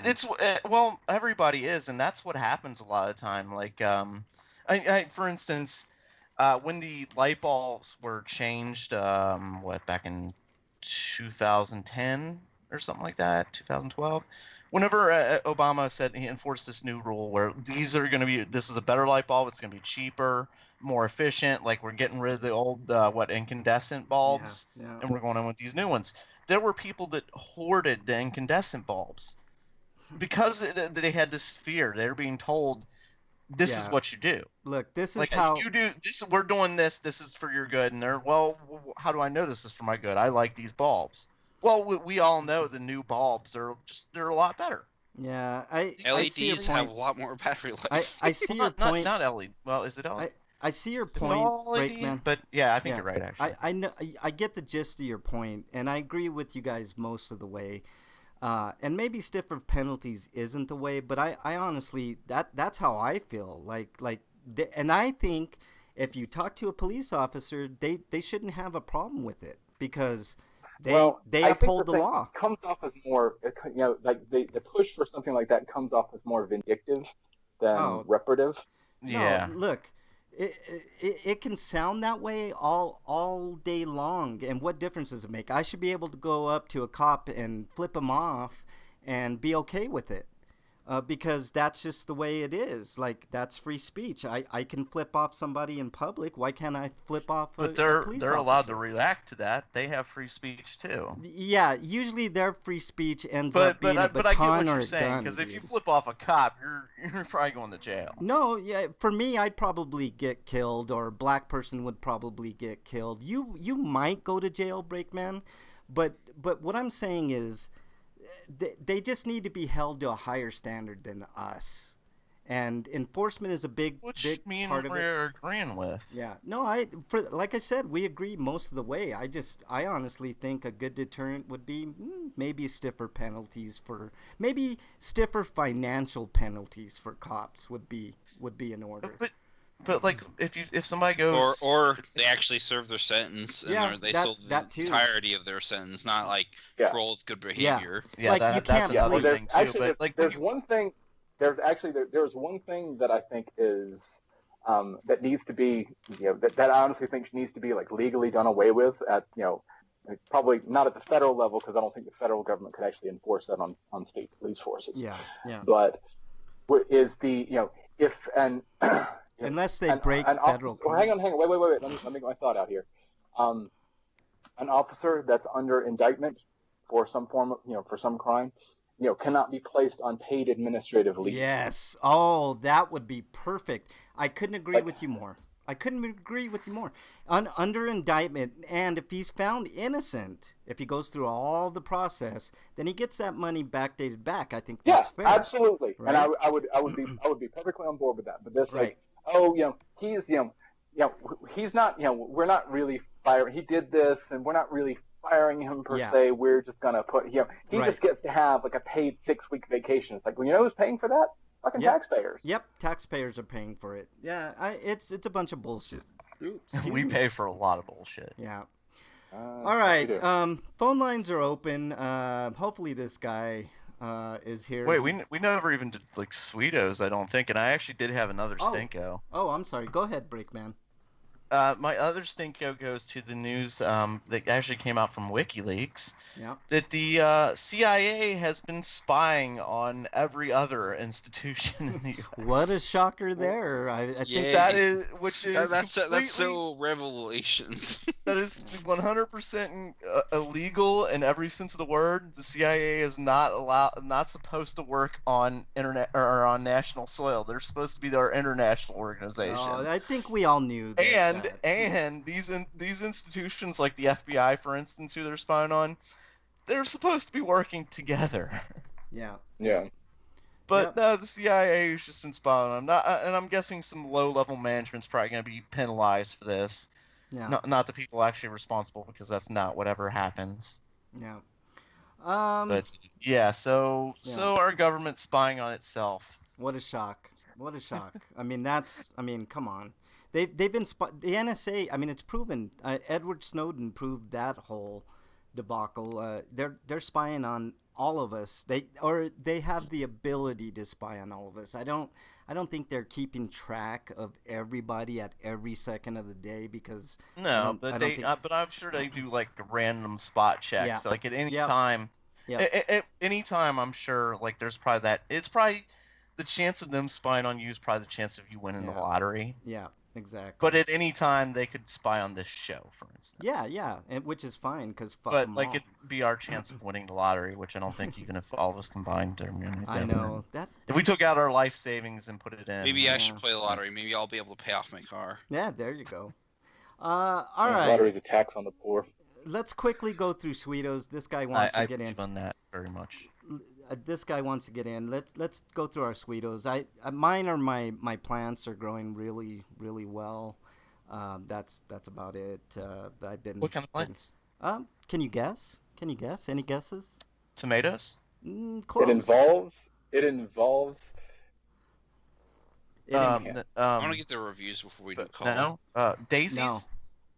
No. Tomato. No, he already said tomatoes. That's what that was. Harmonicas. Yeah. Harmonicas.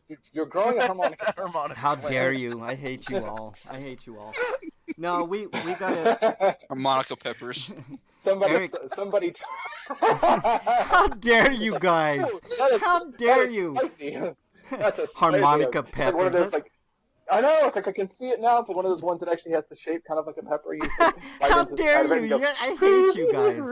I hate you guys so much, man. I'm walking Somebody off totally this needs show. to draw the harmonica plant. How dare you? God damn it, man! You ruined the whole show. But that is a nifty title to the show, though. What, jalapeno harmonica, maybe, with a little bit of alliteration there. I don't know. Anyways, okay, Sweetos. Eric, I don't see anything there for you. Nope. Brakeman, do you have a Sweeto? Well, actually, I did, but I got so worked up about that Conor McGregor thing that I forgot it. So no, I don't actually have one. Yeah. I was mad. That guy saw to me, and you don't talk bad to me. I have a tendency to overreact in the moment. Can't help myself sometimes. Dude, it's all good, dude. Look. I mean, I think he was still wrong because I still think Conor McGregor's a racist. I mean, he may be. He may very well be. I don't. There know. are ways to taunt people without it'd be one thing if it was just if he was like a comedian and he's just trying to make people laugh with being offensive away. Like Dave Chappelle is fantastic at making race a joke. It's just a performance. But he's a fighter. He's to me it's just like he's trying to make people mad. If you've watched boxing for any length of time, which I'm pretty sure you have, Brakeman, I know I have for a very long time. I'm big on boxing. I like boxing. It's always a show, It's always all the shit before the fight's a show. After the fight, I guarantee they're gonna be hugging, regardless of who's the winner. Maybe they might be at the strip club later. Yeah. I don't know. Maybe I'm wrong, but still, I think he was an I mean, just watch the after fight. I mean, I'm sure you'll see them hug and shake hands. I'm not spending money on this. I refuse. Yeah. It's been a long time since I've actually spent no money on a fight. The last fight I saw was Lewis versus Tyson. Yeah. Fuck, it's been a long time. The ones that's going to be worth it is Canelo Alvarez and Gennady Golovkin. That's going to be a great boxing match. If you want to see boxing, that's the match to see. All right. We got to move on here. Moria, did you have any actually there's a question in and there's actually a Sweeto in chat from Freak 5. I'll do a Sweeto real quick. Okay. My Sweeto, I used to go to the Rocky Horror Picture Show every weekend for about 7 years. Yeah. It's where I met my wife. Which character did you have to do when you did that? The theater showed in Des Moines isn't there anymore, but a bunch of us who went are having a reunion tonight. People who don't know, if it's your first time going to a Rocky Horror Picture Show, you have to participate. Yeah. So I was wondering who he played. Yeah. But then he asked a really quick question. Did you kickstart your plants, Frank? God, how dare you? I'm walking off this damn show. How dare you guys? I would never use Kickstarter. I use GoFundMe. Thank you. Oh, you motherfucker. Sons of bitches, man. I swear, man. I'm walking off. All right. Let's hang on, man. I'm gonna need some ketchup for those harsh browns you're serving up. Oh, God. I'm getting out. I'm walking off. Son of a bitch. All right. Let's move on to Free For All before we get to reviews, Eric, because I got to get this guy. Our person that's adding on? Are they coming? What's Yeah. going on with them? He calls himself Pizzagate Howie. Him and I had kind of an exchange on Twitter. Yeah, that's what we talked about earlier. So, Pizzagate, man. I'm sorry, I didn't mean to interrupt you. That sounded really rude now that I think about it. My bad. No, that. No I mean, worries, I'll stop interrupting you one of these days. Yeah, no worries, man. Not today, though. But not today. Definitely not today. All right, Pizzagate. If anybody doesn't know what Pizzagate is, it's basically it's this amalgamation of conspiracy theories that says that there's a child sex trafficking ring, that this guy in Washington D.C. that owns a place called Comet Pizza. I can't remember the name of the place offhand, but supposedly there was a child sex trafficking ring in the basement of this place. And I don't know if you heard, a guy actually shot a rifle into the store. And let's get him on here. Let's add him. Shoot, missed him. What? How did you miss hold somebody on on, Skype? hold What on. the hell? Like, it's not a dartboard. What the fuck? He tried to call in. Let me try to get him on. But Pizzagate is basically a bunch of conspiracy theories propagated by Reddit and let's see. Hang on one second. I'll get you on in just a second here, Howie. One second. Hold on, man. Frank? Oh, there's yeah. Frank. Eric? Yeah. I was on mute. Yeah. Oh, okay. That's all right. I'm going to call this guy. Oh, God. Yeah, I know. I was scared. I'm going to add him to the call right now. Let's see if he picks up. Give it a second here. Howie, we're trying to call. Howie, are you there? Pizzagate Howie, are you there? I'm here, man. Yeah. All right. We got Pizzagate Howie on the line. He wants to talk to us about Pizzagate. First question I have. I'm really gonna want pizza when this episode's over. Yeah, I just I want know. everybody to know that, because does everybody else want pizza now? I just, do. Not just me. I totally. See, want that's pizza. what I thought. Right off the bat, you're going to start making jokes, and it's not funny. I mean, Okay, first of all, let's- you don't even know the name of the owner of the place. His name's James Alefantis, and you barely know the name of the pizza place. It's Comet Ping Pong. So we can get that Comet started Ping right Pong. off. All right. Let me Comet ask Ping you. Pong. All right. Let me ask you a question Comet here. Pong. Sure. Let me ask you a question first before we delve into the conspiracy theory that is Pizzagate. What is it that you assert? What is it that you're saying exactly? Well, it all started with. Did you read the Podesta emails? I've read the Podesta emails. Continue. What is your assertion? Did you read the Podesta emails? I read the Podesta Pizza- emails. Okay, and what did you make of them? I'm not a big fan of Podesta, to be honest with you.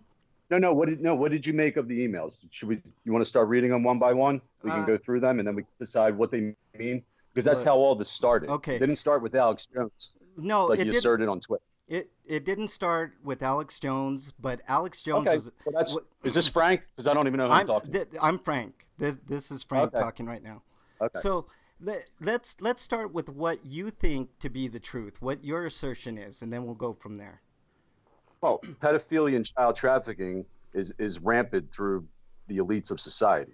I happen to agree with you on some points, and I'll get to those in a minute. But All right. Well, continue. I heard you talking about the Catholic Church. I mean, we can get into all kinds of, the history of child trafficking and pedophilia. But No. I mean, for this conversation, let's just keep it to what Pizzagate is. Right. Okay. Right. You came with the assertion that it's been debunked. It has Okay. been. That's when but it's been debunked by who? Snopes? No. I pointed to some websites, not to say that Snopes was the ultimate authority on anything. All right, I take everything with a Right. grain Sure. of Do salt. that. Right. Same thing with Wikipedia. All right, people can change Wikipedia all the time. That doesn't change the source material from Wikipedia, though. Absolutely. Okay. Absolutely. So the Podesta emails get released. We see pizza being mentioned in ways that doesn't make sense. Okay. Here, I'll pull up the most, widely known of the emails. Sure. Here we get it. And it's to John Podesta. The realtor found a handkerchief. Yeah. parentheses. No, I know about the I think handkerchief. well, let's for your listeners. Mhm. I think it has a map that seems pizza related. Is it yours? They can send it if you want. I I know you're busy, so feel free not to respond if it's not yours or you don't want it. Okay? So we see these. The realtor found a handkerchief, and I think it has a pizza-related map on it.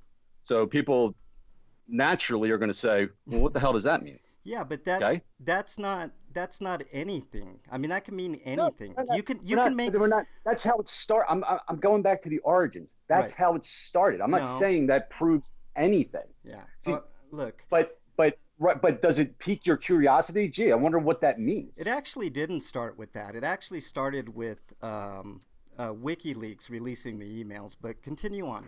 I want to hear more. That's one of the emails that was released. Yeah. Right. That's and then that's one of the emails that was found. social media took that on pretty quickly. All right. Reddit actually was a big purveyor of this. That's where it actually started. WikiLeaks and Right. Reddit. All right. And a then- bunch of all right, people so- like you and I, just pontificating about things, right? It's not straight pontification. There's James Alefontis's Instagram account. Right. Did you look at James Alefontis's No, Instagram there's account? no question. He sucks. All right. I'm not making that Oh, assertion. no. right? That's dismissive. He sucks. Okay. Yeah. First of all, he's in 2012. He's named the 49th most powerful person in Washington D.C. by GQ magazine. All right. Okay. Okay. They're portraying him off like he's some small time pizza shop owner that everyone's attacking. Okay. Well, how does a pizza shop owner become the 49th most powerful person in Washington D.C.? Well, he owns a couple of businesses for one. I mean that. Well, he owns more. He owns more than a couple of businesses. Well, If I could interject something here. yeah. Go Sure. ahead. This is Moria Mug. Go ahead. I kept up with this a decent amount, and I've read the emails and I've listened to some analyses and everything, but everything has always boiled down to like this looks suspicious, Mm-hmm. Mm-hmm. and that's Yes. it. Right. Well, exactly. It looks suspicious. Right. It looks. Yeah, but that doesn't. It looks- But the thing is, looking at something and thinking that looks suspicious doesn't mean that anything happened. Everything is doesn't. pure speculation and supposition. Absolutely. Right. I just, Actual- until Right. Hang on. The assertion that this place is serving as a front for a child a child sex trafficking ring is that's very juicy. Mhm. And the tabloids love that kind of thing, but there's no actual evidence to support the assertion. right. Yeah. So how do Not even But that circumstantial evidence. But the thing But is, that doesn't mean. But that also doesn't mean that it's not happening. Now. Oh God. yes. But the thing is, I'm not going to assume something happened because something looks suspicious. Right. If you do a little bit of digging and that you can't find leads of something, that doesn't mean there's a conspiracy. Right. Okay. Right. So right. So when these emails come out and his Instagram comes out, why don't they address what is being shown and being written in these emails? Okay. Because There's more. Well, yeah, Huh? but the thing is, sometimes when you address that kind of thing, all you're doing is lending it legitimacy because some things are not worth addressing. Right. Some Right. things are so ridiculous that they are, as scientists call it, What- not what even wrong. is- Right. Okay. Well, what is worth addressing is a relationship between James Alefontis and John and Tony Podesta. Okay. How does this guy meet these two power brokers in Washington, D.C.?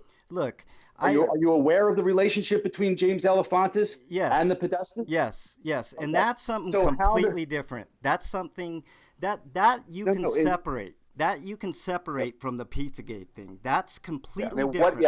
I guess for me, it's like, what has that to do with the That has allegations nothing. that Nothing. cosmic ping pong Ping or pong. Yeah. Comet ping pong. comet ping pong? That Right. that there's a child sex trafficking ring going on there. Yeah. Well, dude, do you understand how big of a business child trafficking is? I mean, it's estimated in the hundreds of billions of dollars a year. Well, I am aware that it's Can we agree? Can we agree on this? I don't know about Yes, but it's hundreds not of relevant. billions, but What's- I do wait, hold agree. on. I do agree that What there do- are sex Oh, is it trafficking. relevant? No, it's not. The size of the industry is not relevant to whether or not it's happening in a specific place. right. But here's I'm not saying that it is. However, You don't walk into a bank with 150, $300 billion. Okay, there's called front operations. Okay, to hide the money.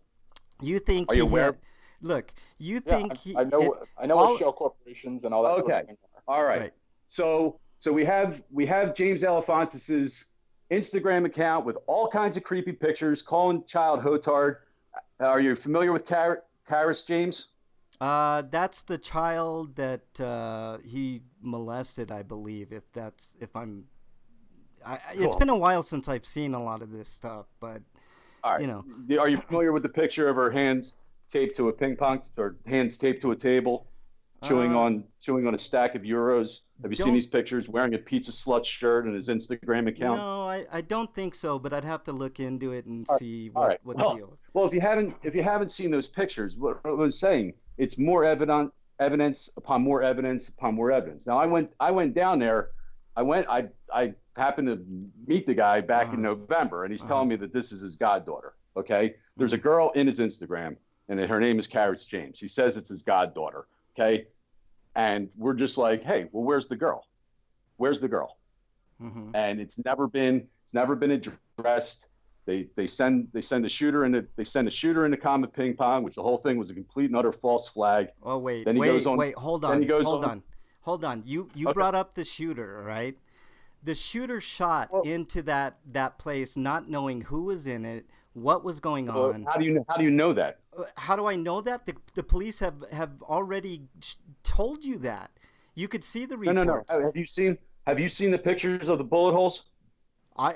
No, you haven't. No, you haven't, because they've never been shown. All right, hang on a second here, because you're sounding like you're propping yourself up as a forensics analyst, and I somehow don't think that's true.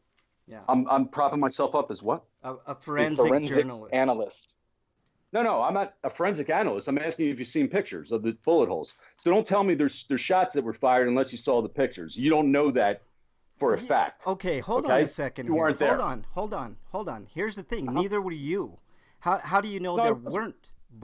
The evidence is on the side that this guy's sitting in jail right now because he dangerous. I know you know which jail he's in, but we're getting off topic. Okay, so we have James Alefantis. Okay. I mean, the thing starts. We have John Podesta's emails released. We have a connection to James Alefantis through political, campaign fundraisers. I mean, he's Alefantis has a letter from Hillary Clinton. Okay. And a lot of people have pictures on his Instagram account. Okay, and that's what you're saying. But this is all the very definition of circumstantial evidence. Right. This is circumstantial. Right. Definitely exactly. Circumstantial. Right? I'll be the first one to tell you. Yes, it's circumstantial. And it's pretty weak circumstantial evidence. That doesn't mean it's been debunked. It doesn't mean that James Alefantis is not a child trafficker. It doesn't mean it's not John Podesta. Okay, but the thing is that's not how evidence works. Right.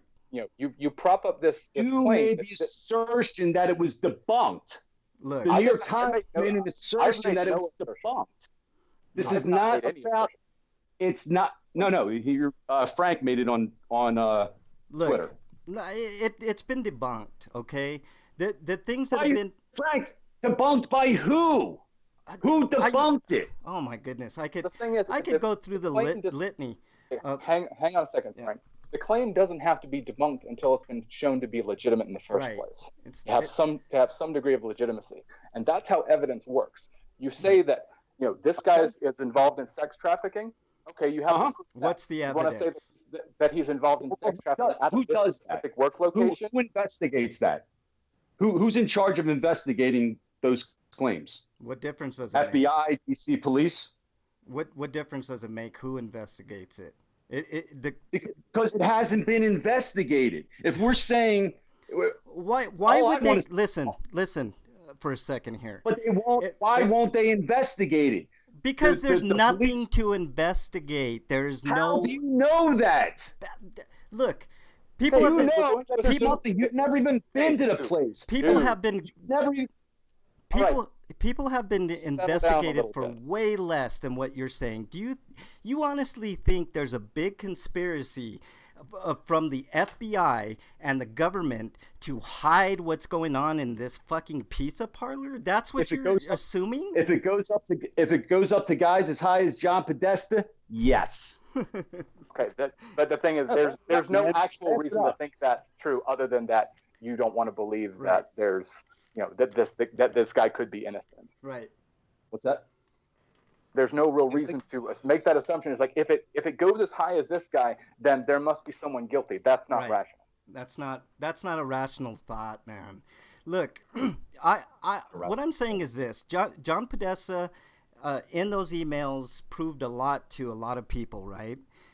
He's not a good guy, all right? But there's nothing in those emails that directly links him to child trafficking. That doesn't mean that child trafficking doesn't happen, all right? Okay. It does happen. So let's talk about So let's talk about Connecticut Avenue. You're familiar with Connecticut Avenue? That's a street in which Comet Ping Pong resides. Let's do it. You familiar with the other businesses on there? I'm not from the DC area. I have been there. You don't have to be from the DC area because everything's been put out online. Okay, so a couple doors down, you have this Besta Pizza.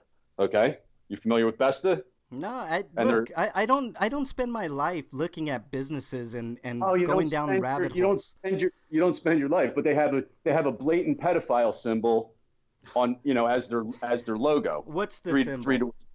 What's the symbol? Well, you got a computer? You seem like a computer guy. Just go look it up. Besta Pizza.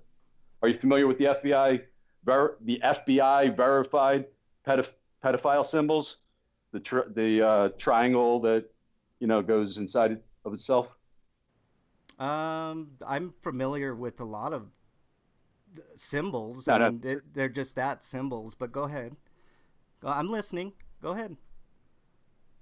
In 2007, the FBI released actual pedophile symbols. Okay. Now, Besta Pizza, which is, like I said, 3 doors down, has this logo. So what does that have to do with Comet Ping Pong? What's the connection? As you go around to other businesses on that street, the entire street, several of them have pedophile symbols, and they all have political connections. Okay, this is starting to sound a lot like Yeah, because you haven't done. I know because you haven't looked at it. No. You're I'm going. looking at it right now. I'm looking at the image right now. No. Yeah. I'm talking about in its entirety. I've been doing this for 9 months. Okay, you're going with the narrative that Hillary Clinton is running a sex trafficking operation out of the basement of a pizza shop. Ha ha ha ha! Oh, that's funny. Well, actually, that's I'm not looking at any narrative. Not what it is. Alex Jones Alex Jones came out and apologized. That's not what it is. Okay. What is it? Yes, you're right. Circumstantial evidence all across the board. But how much smoke do you need before there's some fire? Can I ask you a question before we continue? You can ask me anything you want. I'm not saying you would do this, but let's say you did happen to have what you considered a pedophile symbol on the front of your house. Does that make you a pedophile? No. Okay. All right. No, Continue on. Continue. I mean, I'll just say I'm looking at the Besta Pizza logo, and it looks like a slice of pizza inside a diamond. Yeah. But do you see? But have you looked up the verified symbol for Boy Lover? Can I?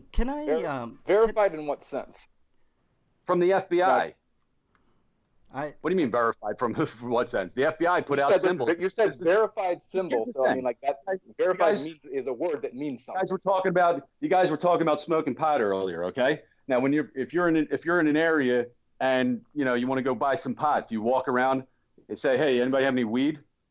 Or do you have any code words for what you're going to buy? No, I just go into a dispensary. They're pretty prominent. Before there was a. Come on, dude. I'm telling you, I go into a dispensary and I buy marijuana. All right. Well, let's go back 20 years. Okay. All right. Let's do it. Then? Let's do it. Did you ever use a code word for drugs?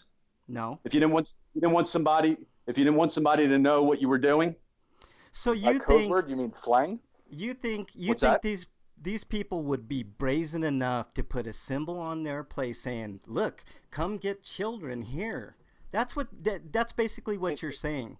This is a place where child trafficking happens. I'm sympathetic to it. It doesn't prove that thing. It's like, here's the problem I have with this, and that I have with pretty much anything that smacks of a conspiracy theory. It's like that there's all these people are apparently intelligent enough to maintain secrecy between this massive network of people. Yeah. Never minding the fact that that's pretty close to impossible in the first place. But not only that, but these people are so, are like the Riddler, in that they can't stop leaving clues everywhere for some intrepid researcher to go on Google and find. Yeah. And I'm sorry, I think that's utter complete. Yeah, and now you Howie, Pizzagate Howie. You can think it's as nuts as you want, but it still comes down to, it doesn't debunk the fact that James Alefantis is involved in child trafficking. But how do you know that for 100% certainty?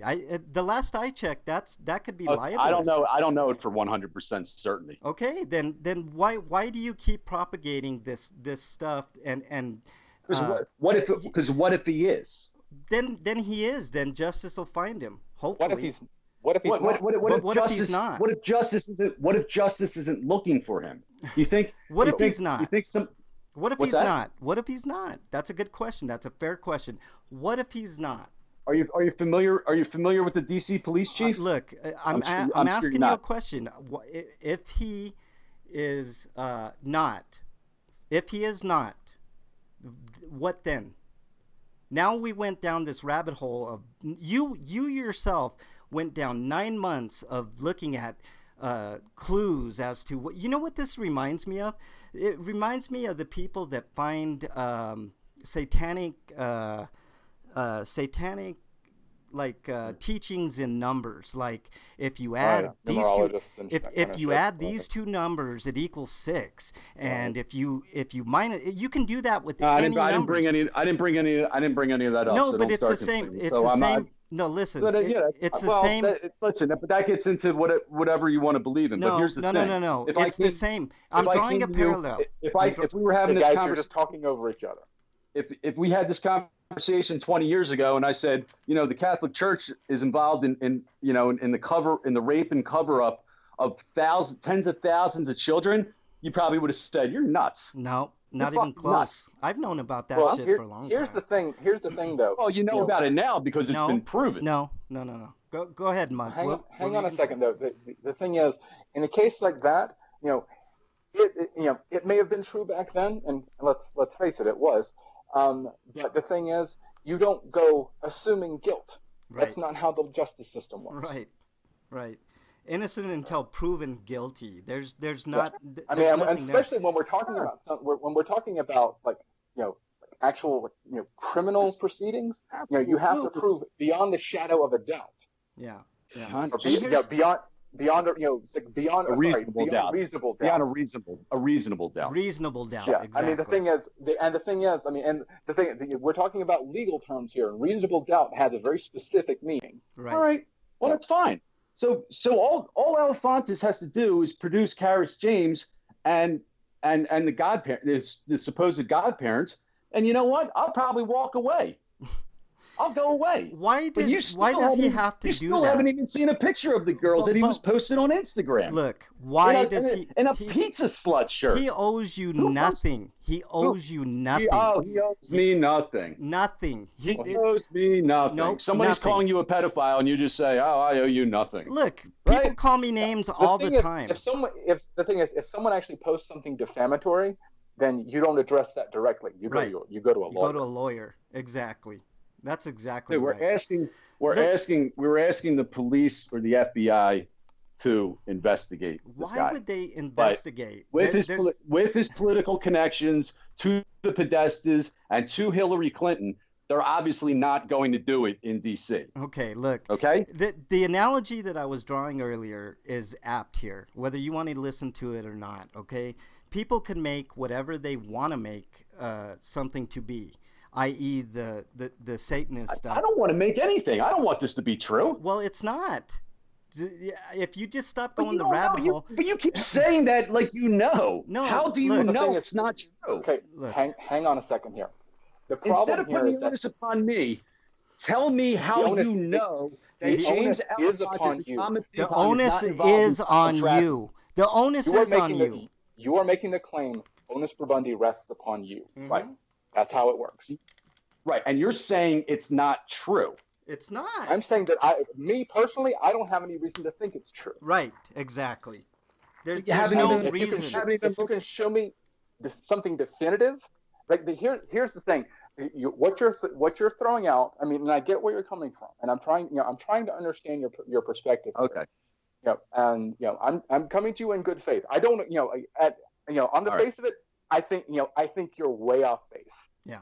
I think I don't think that you don't strike me as someone who's doing this maliciously or anything. No. I think your heart's in the right place. And it's like, and if it's true, yes, absolutely, it needs to be dealt with, and the people involved need to be punished. Right. However, until like this, and just for some background on me, I used to be a 9/11 truther. I bought into all the zeitgeist, loose change, all that bullshit. What happened to Building 7? Then you learn out. Okay, and I moved past all that. If I did see, eventually in the course of my, quote unquote research, I found some things that was like, oh, all right, well that kind of shoots a lot of holes in things. And then it's like as soon as it was kind of a house of cards. It all fell away. Well, at some point on Twitter, show me what you found about Building 7 that wishes it all away, because.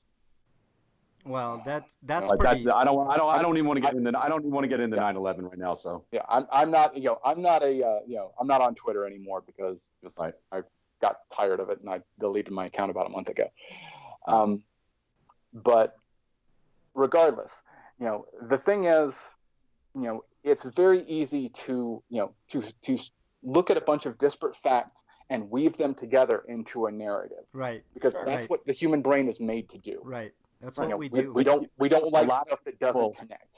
But a lot of when Frank came on and said the thing has been debunked, I believe he put up the Snopes article. Look, I put up Snopes and I put up Wikipedia. When you have a toothache, that doesn't mean Frank, but it still doesn't mean it's been debunked. Look, the only reason I put those two websites up is because they're a very good place for sources. All right, if you look at the sources that are listed there, most of them, I'm not saying all of them because Wikipedia changes all the time. Snopes even changes sometimes. All right, but when you look at the sources and you look at the truth, the actual truth, then what is the truth? The truth is in those articles. I mean, we've already pretty then much trashed every. Frank, you have no argument. What is a pizza-related, Frank? What is a pizza-related map?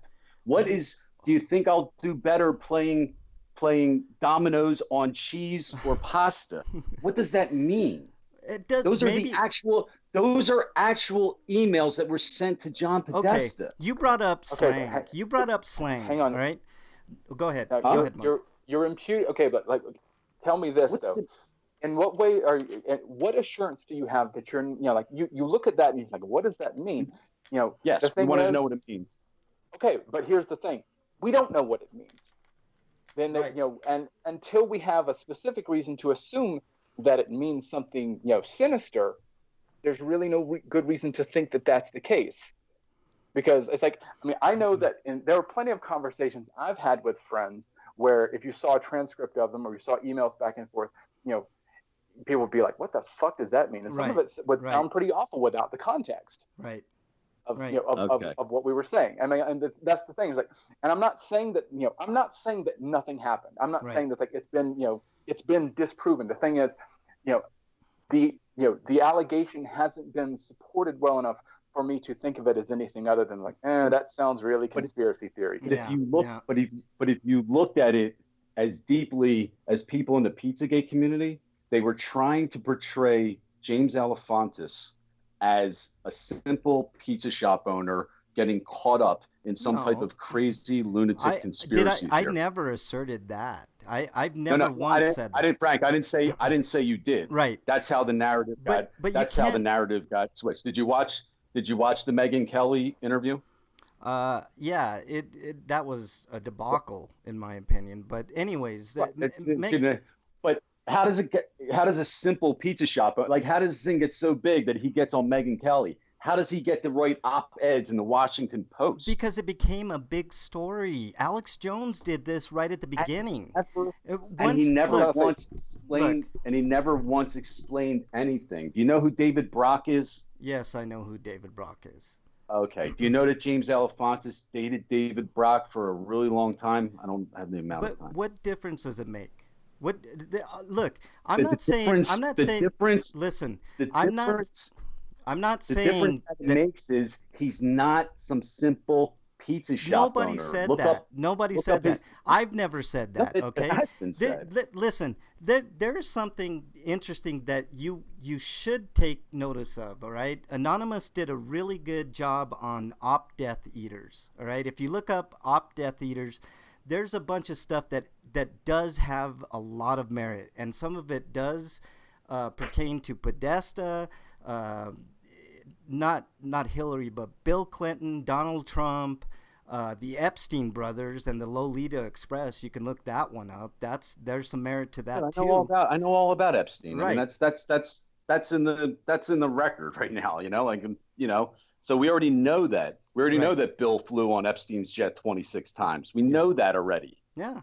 So But if you want to go down a rabbit hole, that's the rabbit hole to go down to. All right, because you actually have something tangible. If you're telling me there, we're already on it. We know that children get raped. We know that powerful people do it. We know that people in government do it. Okay. We already know. Hang on. Wait. Hang on. Yes, all three of those facts are true. None of those facts relate to each other. We know about the Franklin scandal. I'm sorry. Conspiracy of silence. We know all that already. But the bottom line is nobody will look into it because they're all in on it. Look. Okay, but there's an assertion that you can't back up. Right. That's an assertion that you absolutely cannot. I take it back. I take it back. Are you familiar with the Franklin case? No, Nebraska? not particularly. No. Well, you don't know your history of pedophiles in government. Are you familiar with Dennis Haskell? Here's the thing. Are you familiar with Dennis Haskell? Hang on a second. I'm familiar with Dennis Haskell. The thing is, something happened. That doesn't mean it's happening again. It doesn't mean it's happening right now. It doesn't mean it's happening here. Right. You can't. It doesn't mean it happened more than once. The thing is, people in position of power abuse their power. Yeah, that happens pretty often. It's guilt by association, and that's. I mean, you're drawing connections and essentially saying that power corrupts, so those with power are corrupt, and that's not how it works. No. Actually, that's not what I believe, that power corrupts, but doesn't really matter. But I mean, I'm not saying that this is your position. I'm drawing an analogy. Like this, the functional equivalent is power corrupts, ergo the powerful are corrupt. Right. That's not the case. Right. Right. But think about how easily it is to get people in power to do what you want if they are compromised. Well, so you have to take it. Think about it on a smaller scale here. Think about it on a smaller scale. One of the most prevalent issues in the workplace is sexual harassment. Mm-hmm. Men in positions of power will can and may abuse that power to kind of strong arm sexual favors out of female employees or whatever that they find attractive. That doesn't mean it's like the thing is, most men, most people in positions of power in the in the American workforce are men. Most men in these positions of power are not doing that. Right. You can't say yes, it is a widespread phenomenon, and yes, it is an issue that needs to be dealt with. But you cannot then go and look at a single individual and say that's a man in a position of power. I'll bet he fucks his employees. Yep, absolutely. I couldn't have said it better, Mug. Look, Howie, I think we are a lot more the same than we are different. You know what I mean? Like there's just a couple of things that separate people like me and people like you. The difference being is sometimes things are as what they seem. You know what I mean? And sometimes they are not. But most of the time, it's Occam's razor. Usually the easiest answer is the right answer. In this case, you know, the evidence just doesn't stack up, man. You can point to symbols. I can put You any haven't looked at symbol. all the evidence. I can put. You haven't looked Actually, at it all. actually, I like to interject just a tiny second. Yeah, go ahead, Eric. But Occam's razor is actually about, excuse me, it's about introducing a conclusion that doesn't Relies make on the a bunch fewest of suppositions. Yeah. Right. Like the answer that relies on the fewest assumptions Right. is most likely to be the correct one. Right. Like And there's if don't assume malice where incompetence works just fine. yeah. See, look, I can put any symbol on the front of my house. That doesn't mean that I'm that way. I.e., I could put a sign saying, I hate people in general on the front. That doesn't mean everybody else in the house hates people in general, or that I hate. It's just a sign. It's just a symbol. It doesn't mean anything. Like I'm looking right now. I'm looking right now at the Comet ping pong sign, and people on Reddit and conspiracy theorists like Alex Jones were putting this theory that it was a satanic ritual that they were doing, and they were eating babies. And I'm looking at the picture, and all they did was take a picture of a star and a crescent moon, and they found some satanic picture somewhere on the internet or otherwise and associated the two. Does that mean that everybody that goes into that place is a Satanist? Does it mean anything? It doesn't mean anything. No, one of my Twitter trolls actually, that sign is from a liquor store. It used to be a Comet liquor store that was in DC in the 1950s, and apparently they take different. When a business goes out of business, they sell off the signs. Good so point. that's where that sign came from. Right. I'm not talking about the sign. I'm not getting into all the symbolism of the crescent moons and stuff like that. Yeah. I'm talking about a pizza shop. I mean, unless you visited the place and also saw how creepy it is. I mean, there's children in that restaurant at 10 o'clock at night, 9 o'clock at night, and playing ping pong in the back room, kids' party room. You have to observe what is going on there. And I'm sure they were all not accompanied by adults, right? That's what I'm getting. You know what? It's I was there on March. The second time I was there was on March 25th, and if you're familiar with that area of DC, it's like Chevy Chase, Northwest, extremely affluent area. Lots of kids coming in and out of that place dressed. It was kind of hard to really see who was with who. I'm sure when you were younger, or if you have kids, you walk in with your wife, your kids, they're a family. There were kids like all over the place, dressed like they were dressed at a thrift store. I mean, I was standing out there. There were definitely adults there. There's an issue here that's not that. We're also coming down to relying on personal testimony, which is inherently unreliable. Yeah. Because memory is not a record; right. It's an interpretation, and it changes every time you recall something. Right. Well, there's a lot of videotape of it. I would have to dig it up for you, but you can take my word for it that I was there. But also a place. He wasn't implying that you were lying. What's that? He wasn't implying that you were lying that you were there. I'm sure. Oh no, I got it. No, I got it. I could be saying anything right now. Right. But it's not even necessarily that that you would be honestly lying. But the thing is, we all misrepresent the past because we don't remember it. But there's also videotape from inside other people have gone inside Comet Ping Pong with kids, run, all over, just all over the place playing games, going through the back curtains, back to the kids' party room. It just, something is, if you go out to eat with if you go out to eat with your kids, do you let them out of your sight? I don't know the place. I haven't been there. But that's not. Basically, like what this all seems to come down to, from what you said, is that it's like it smells fishy. Yeah. That's what it boils down to. Well, it's more than the place itself. Sure, I mean when they have these bizarre murals on the wall. I mean, listen, I met James Alefantis. Mm-hmm. The guy straight up lied to me. Tells me he's a college dropout. All he knew how to do was cook. Blah blah blah. So he opened up this place. Look, he's not beholden to you. He doesn't have to tell you his life story at all. No, I didn't say he did. But why lie to me? What'd you say? Why lie to me? What month? Why not? Why not? Here's the other thing. It's like what we can if he's lying, he's lying. But the thing is, beyond like finding out that he's lying, we can't assume anything else beyond that. It's like, right. Why would he lie? It's like, well, why would he tell the truth? Right. Why would he tell? Maybe he's trying to put forth an image. Yes, I mean, maybe it's better for. Hang on a second.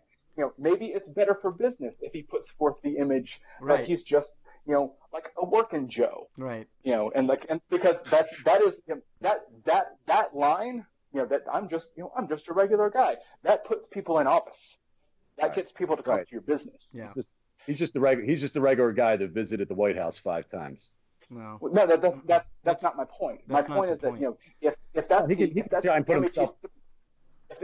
the image he's putting forth, there's not necessarily a sinister motive behind him doing it. Right.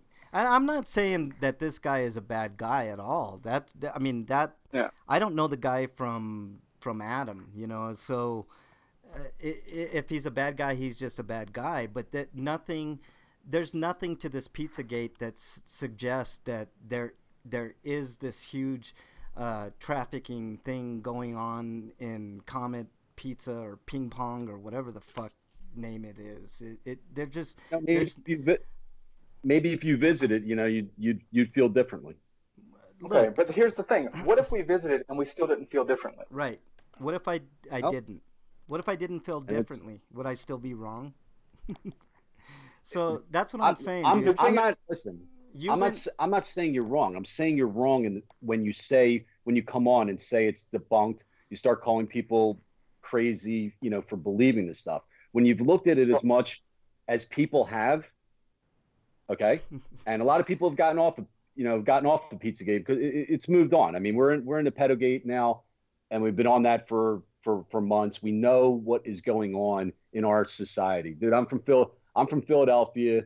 I'll give you, just a quick story that last month, a guy running a daycare center, gym, blah blah blah. He's from England. He ends up he's arrested for molesting. I don't know exactly what he did, but two 5-year-olds at his daycare.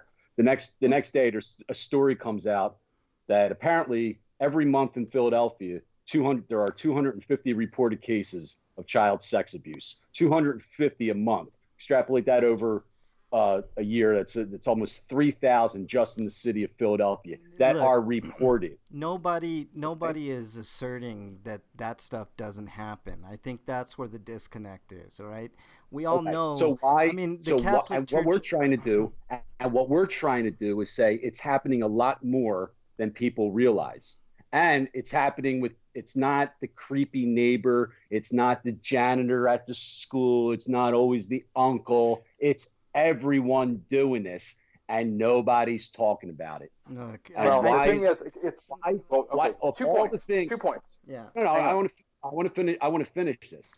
This doesn't even get into the I don't want to talk about this. Oh, it's too difficult of a topic, dude. This shit is going on everywhere. Go ask females that you know. 1 in 4 girls will be, and that's conservative. 1 in 4 girls and 1 in 6 boys will be sexually abused by the time they're 18. Okay, think about 320 million. Huh? I'm just trying to figure out your logic here. Like you're saying that 25% of all are you talking just the United States, or are you talking worldwide? Because I could, in the United States, United statistic is States. about That's a United States statistic. okay. Yeah, one in four women, 1 in 4 girls will be sexually assaulted or molested in some way before they hit, what was it, age 18 or 25? 18. 18. Probably gets worse. And the thing is, it's like, I know lots and lots and lots of women. I know a fuck ton of them that have been sexually assaulted or molested in some way, shape, or form. And that's and it's a fucking terrible thing, and it needs to be dealt with. It's a problem that needs to be addressed. But there are certain factors that people are. I mean, one thing that has been addressed, by investigators and everything, is that people still have this thing about stranger danger. Stranger danger is not really a thing. No, it's not. Most of the time, when someone is sexually abused, it's by someone the family knows and trusts. Right. Yep. Yeah. Look, I would just like to interject something real quick too. Go ahead, a lot of the molestations, I think the majority of them are never reported.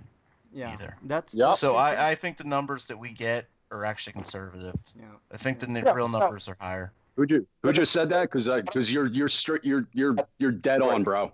You're dead on. No, I mean, it's true. I mean, most, you just look at. I mean, if you want to look at that, just look at rape statistics. Yeah. Talk to actual rape victims. Did you report your rape? No. Why not? Because this, and this. Yeah. And they'll give you some damn good reasons why they didn't do it. Right. This is all it's very easy. Our society is set up so it's very easy to ruin a woman's life for reporting a rape. Yeah. Yeah. Well, I mean, there's. Yeah. Exactly right, Mug. Look, we're almost out of time here. Actually, we're out of time. But it was a pleasure. I want to leave you. I heard you talk. I don't want to get too political or anything, because this is not. And obviously you're anti-Trump, and I'm a lifelong Democrat, voted for Bernie, who switched over to Trump. I don't want to get into that right now. Oh, man. But you're talking about racism and illegals and Arpaio and stuff like that. Think about this. The age of consent in most of Mexico is 12. That has nothing to do with what's going on here in the United States. It has zero. I disagree with that, Frank. I'm sorry, but let me interject real quick. A lot of the child trafficking it's global. It's not. It's not just one country. Yeah, no, I agree. Countries. So if it's legal for kids or adults to have sex with 12-year-olds in Mexico, it's just as easy to slip those minors that are 12 years old over into America. Because they're already groomed for it. Yeah, I was saying when you're against, when you want to bring people from other countries in, and they already have that, you don't go from a mindset of 12, straight to 16 or 18. Just something to think about. I mean, what goes on in other countries. I mean, there's a lot of connections, politically, to Haiti. We could get into that stuff. Obviously in England, are you familiar with Jimmy Savile? Jimmy Savile was. I know who he was. Fucking BBC pedophile, raped thousands, covered up, knew everybody up to the royal family. Okay, so we understand what is going on with children, and for some reason it can't seem to get into the mainstream. Pizzagate was just a gateway to talk about what's happening to children, because this shit blew me away. I was like, what? Well, here's the thing. It's where I think that the Pizzagate community, for want of a better term, is kind of going about this the wrong way. Given that there's a systemic issue at play here. Yeah. Sexual abuse, rape, child abuse, it's rampant, and I don't think anybody with two brain cells to rub together is going to honestly dispute that. Right. The shit happens. Right. And it happens all the fucking time. Right. But this specific thing where it's pointing to this conspiracy and all this shit, in this particular case, in light of the fact there's not, you haven't found anything that's like a smoking gun. You found a bunch of things that you can, like I said, weave together into a narrative, but that doesn't necessarily make the narrative right, and it's not really doing anything to advance the cause of addressing the systemic issue. Right. That's Well, we're doing a lot more than just focusing it. I mean, everything has basically been exposed about, Comet Ping Pong, James Alefantis, and John Podesta that can be exposed. Like we can't really do anymore except, basically stake the place out. And unfortunately, I don't, if I was there, I'd probably be doing it. That's DC Police's job, but they stand with Comet, so we pretty much know how that goes. It's still on the radar, but we're way into everything else that's going on. And the fact that people were so quick to dismiss it, turn it into a political issue, because it goes up to goes up to Hillary Clinton. It's John Podesta. It's Hillary Clinton's campaign CEO, and that's why people don't want to believe it. Look, we Howie, know there's a connection between Alefantis and the Podestas, and we can't figure out what the hell it is. Maybe they don't friends, run in the same circles. Right. Pizza shop owners don't fucking run with high-powered lobbyists. Pizza shop owners don't get named the 49th most powerful person in Washington, D.C. So what is the connection? Okay. Yes, it's you want to call it circumstantial. That's fine.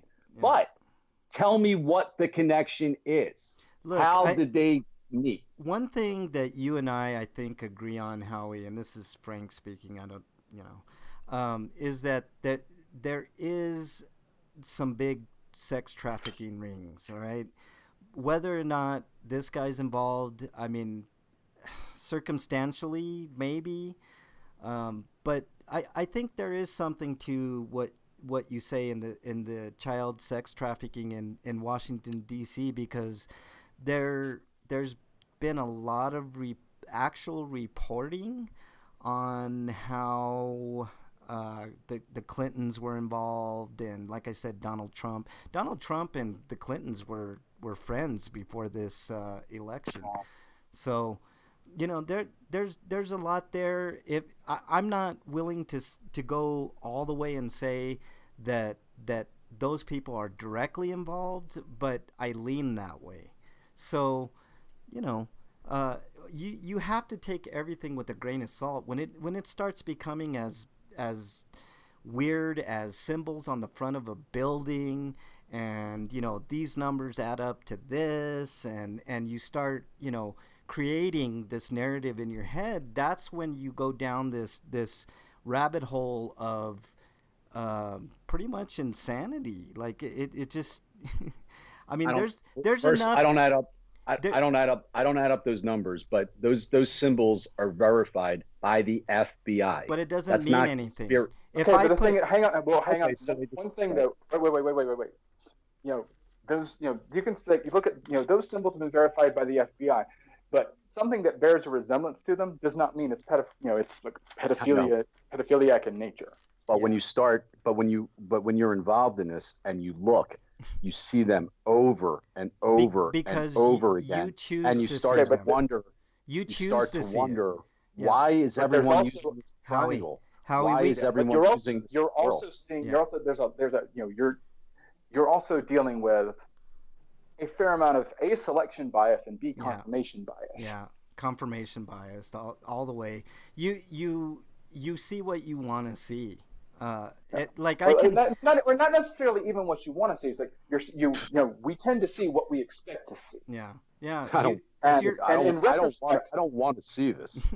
That's my point, though. It's like, but like you said, you've been elbow deep in this for a while, and when you have, and I'm guessing most of the people in your community are kind of leaning in the same direction that you're, or rather they've taken more or less the same position that you put forth on the show today, right? For the most part, yeah. Everyone's okay. But the thing is, but you also have this, thing, and this is not a knock on your group. This is just how people are when they're in groups. But people seek uniformity of thought. Yeah. And so you wind up you can wind up inadvertently creating this echo chamber where everyone's like, here's what I'm seeing, and everyone's like, ooh, that makes sense. And so everyone, kind of jumps on board with something, and then, it's hard to continue to look at stuff in relation to that and not see the same, and not kind of not that you consciously want this to be true or anything, but your brain, wants to see stuff that supports what it already believes. All right. But right. And then we back it up. And then we back it up. Listen, we back it up with the statistics, the 1 in 4, the 1 in 6, like your friend said, those are more than likely very conservative estimates. Right. We back it up. There are people that are being busted with hundreds of thousands of images of child pornography on their computer. No doubt. Okay? No doubt. Look, let me when they're or videos, when that child pornography is found, it doesn't exist that's each individual child in those pictures or videos is a rape. Okay, it's not. It doesn't exist in some type of vacuum that it's just pornography that just popped up. There's no. So if you have one person, that's caught, and I could pull up,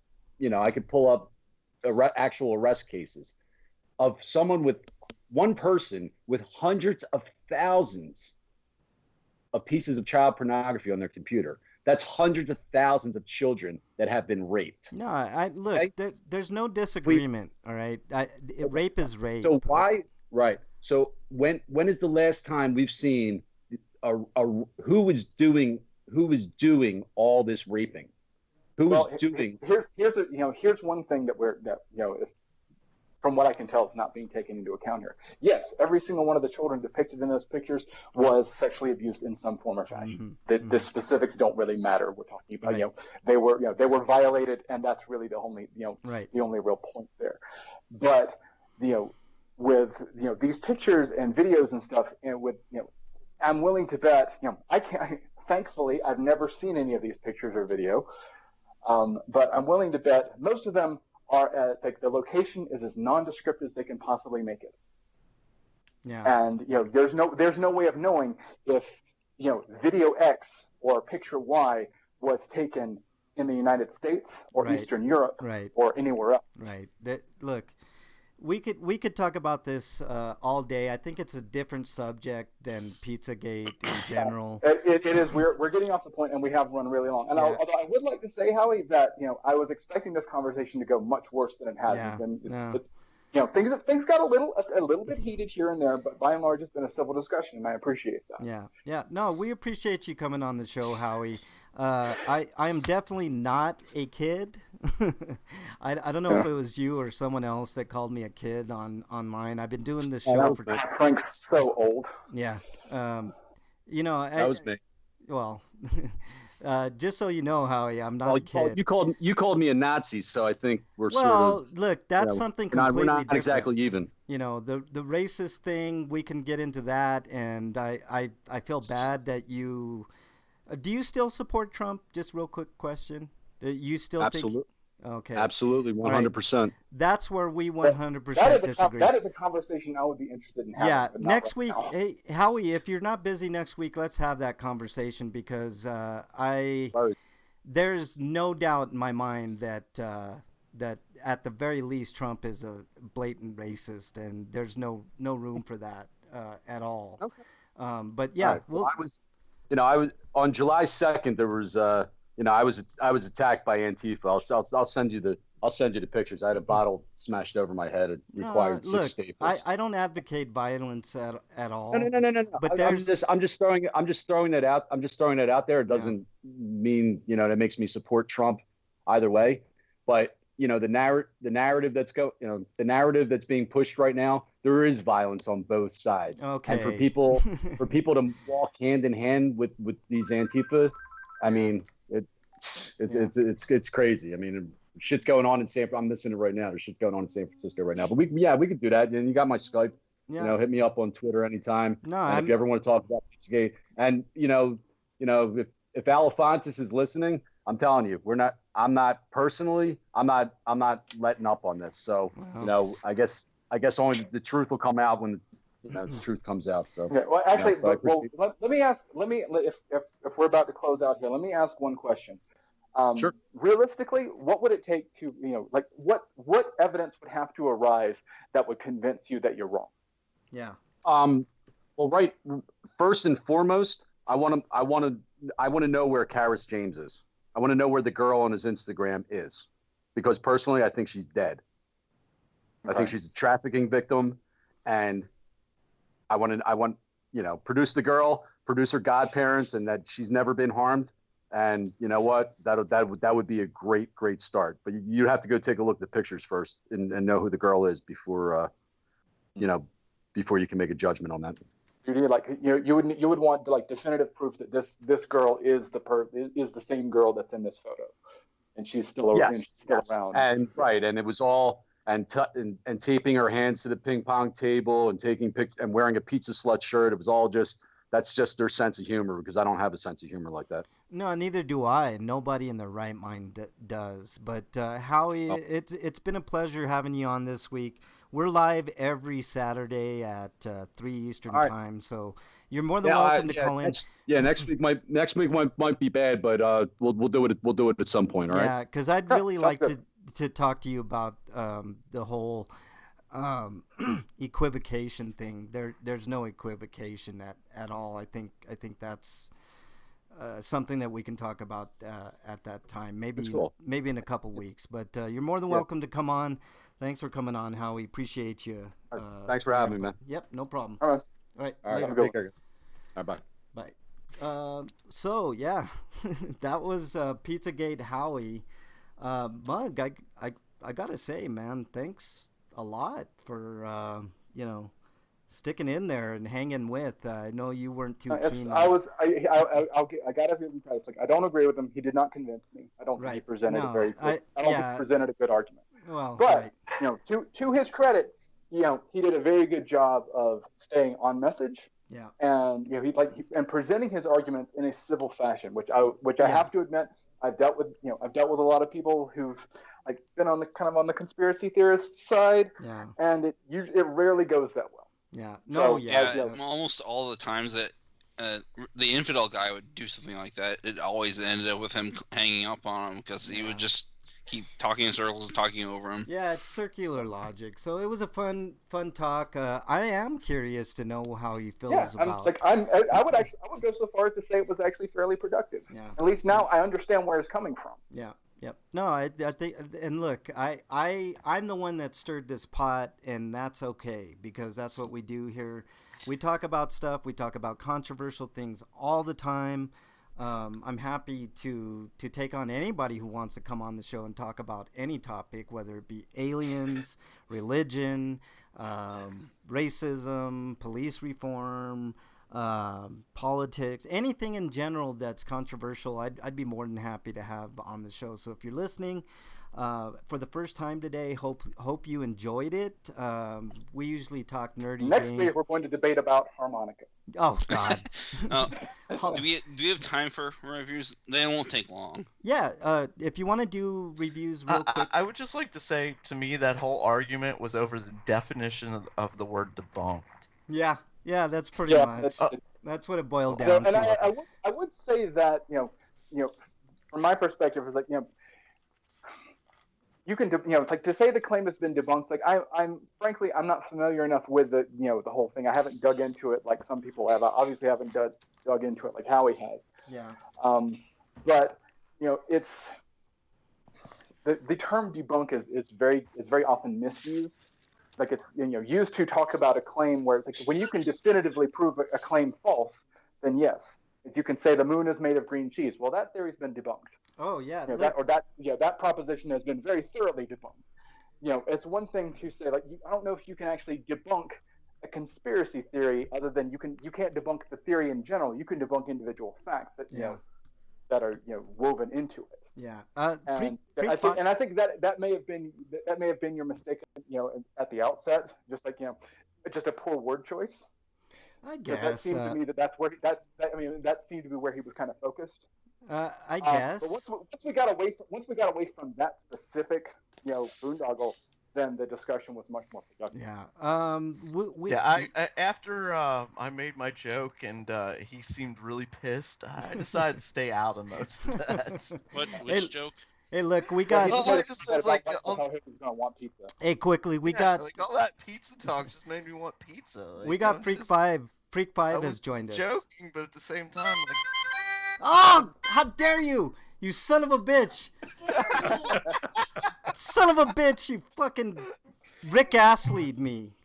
God damn And it! I didn't even put him up to that. Yeah, I was gonna say that was a great idea. Should learn to play. Never gonna give you up. Did you get C1 to do that? How dare you? How dare you? All right, Freak Five, you're on. What's up, man? Oh, I just wanted to call in and play my harmonica a little bit. Oh, son of a bitch! I should hang up on you right now. You goddamn son of a bitch. I just wanted to mention that apparently today is the 99th birthday of Katherine Johnson, Oh, happy birthday, Catherine NASA Johnson. mathematician who calculated the trajectory of the Apollo 11 mission. Nice. Oh, awesome. Nice. Yeah. Awesome. Oh, also, with Yeah. all the talk about pizza, I think Frank needs to order everybody pizza. Who's Oh, had how to listen dare to you? this episode. How dare you? If I had money, my friend, there'd be no problem. put- Can we put harmonica-shaped pepperonis on the pizza? can I have can I have pepperoni and pineapple and No, you may not Maybe have some green pineapple. Oh yes, fucking meat. pineapple. I'm down. pineapple. Brakeman, my house. Pineapple and bacon and ham. I and... like pineapple and ham on my Mm. pizza. pineapple and bacon. For Oh, every that sounds pineapple really I find, I shall kill you. How dare you? I'm gonna go buy a Hawaiian good. After pizza you're dead, right I'm now. gonna fucking keep killing you, goddammit. Oh, All right. I could go for a good taco pizza. Yeah, that sounds okay. Wait, what's on a taco pizza? Taco meat, like cheese, It's Taco and sauce. taco sauce, stuff Taco like sauce, that. you have Yeah. tomatoes, Yeah. basically Lettuce. whatever goes in like a taco salad. Some essentially. If you had a jalapenos. BLT Actually, pizza. sounds good. BLT good. without the lettuce. That'd be good. Godfather's has really good taco pizza. That'd just be bacon and lettuce, or tomato, I mean. Yeah, how would you put lettuce on a pizza? Anyways, all right, guys, You we can got move it in there. we've run. Yeah. It would not cook well. No. No, you put the could lettuce not on put after the lettuce. pizza's cooked. Yeah. Canadians put tomato slices on pizza. That's a common thing up there. I guess whatever. I've put tomato slices on pizza. Anyways, what's going on with Zombies Anonymous, Freak Five? I know you got a lot going on with that show. Oh, right now we've started reviewing the Santa Clarita diet. Oh, how's that going? I'm interested. I'm interested. Oh, It's it like, is Well, awesome. I've been on it for 4 weeks and I'm already a zombie. Yeah, it's like I'm loving the show, and me and Mrs. Freak are just watching it one episode per week, so then we can review it each Mhm. episode fresh. It's hard to do Because that, she's- man. It's hard. Yeah. Like you want to binge know. it. I do that all the time. I did get Defenders in, which I'm happy to say. I'll do my review next week. Break. I know you saw Defenders as well. I also saw Death Note, so I'll be doing that. Eric, I completely apologize. We'll talk about moving reviews to earlier on in the show. And Why that way don't, we yeah, can- why don't we put the reviews first next episode? Yeah. So we can, because we've been sitting on these for a little bit. Yeah, We'll get it taken care Yeah, of. like Yeah. I binged like me and Freak, I believe. Alright, let's Yeah, only about get that. bigger anyways. We Yeah. we both binged Defenders, so we want to kind of do that before we start forgetting shit. Yeah, Just- yeah. Just saying. Yeah, let's do all that stuff next week for sure. Any plugs? Let's anything you want to plug, Freak, before we end the show? Oh, I'll just plug Zombie Anonymous. Yep. Make sure to check it out. It's a fun show. Mug, what do you want to plug? I don't really have anything right now. Okay, Breakman. You can follow me at RPGrinders and at what's that other thing? Oh yeah, break underscore. Man. Yeah, you can What's follow the me other thing? At break_man. So you Eric. can catch them you can catch Break in the left-hand lane going 40 miles per hour down whatever road you happen to be on. How dare you? All right, Eric, your plug, sir. I have no idea what that meant, but I still laugh. Just meant you're one of those people that drives slowly in the left-hand lane on the highway. Slow Like, so poke, if you man. run across someone doing that, it's probably brake, and you should flip them off. Yeah, No, exactly. no, that is not me. Yeah. I do not like that person. All right, Eric. I can't believe, of all the things you've called me, that is the most insulting. That's the most insulting thing. Eric, your plugs, man. You can find me on sites I've written reviews for. I've gotten nothing this week because I've been working early and been tired pretty much every day. But sites like BostonBastardBrigade.com, TotallyGN.com, which I've got review of Sundered and review of I can't even remember now. It's been too long. But I'm gonna look it up. All right. But other than that, there's VogNetwork.com. Oh yeah, a review of Valkyria Revolution's up now. Awesome. But, Check that out. VogNetwork.com, OSGamers.com, and there's my YouTube page, Funny T-Man, and there's my Patreon. Just look up Eric Kelly on Patreon. Please support me. I'd really like to pay off my cars. Well, I don't have a car yet, but I'm going to be getting one soon. Yeah, Within the look. next couple months. Yeah. And the quicker I can pay it off, the better. So Yeah, you're basically asking for all your hard work on your great reviews, Eric, because some of your reviews are just so good, so detailed. I love your writing, man. You're doing good in the gaming world for sure, man. You can tell I'd you like to be able to review anime stuff, but I can't even get the time of day from some distributors. Yeah. All right.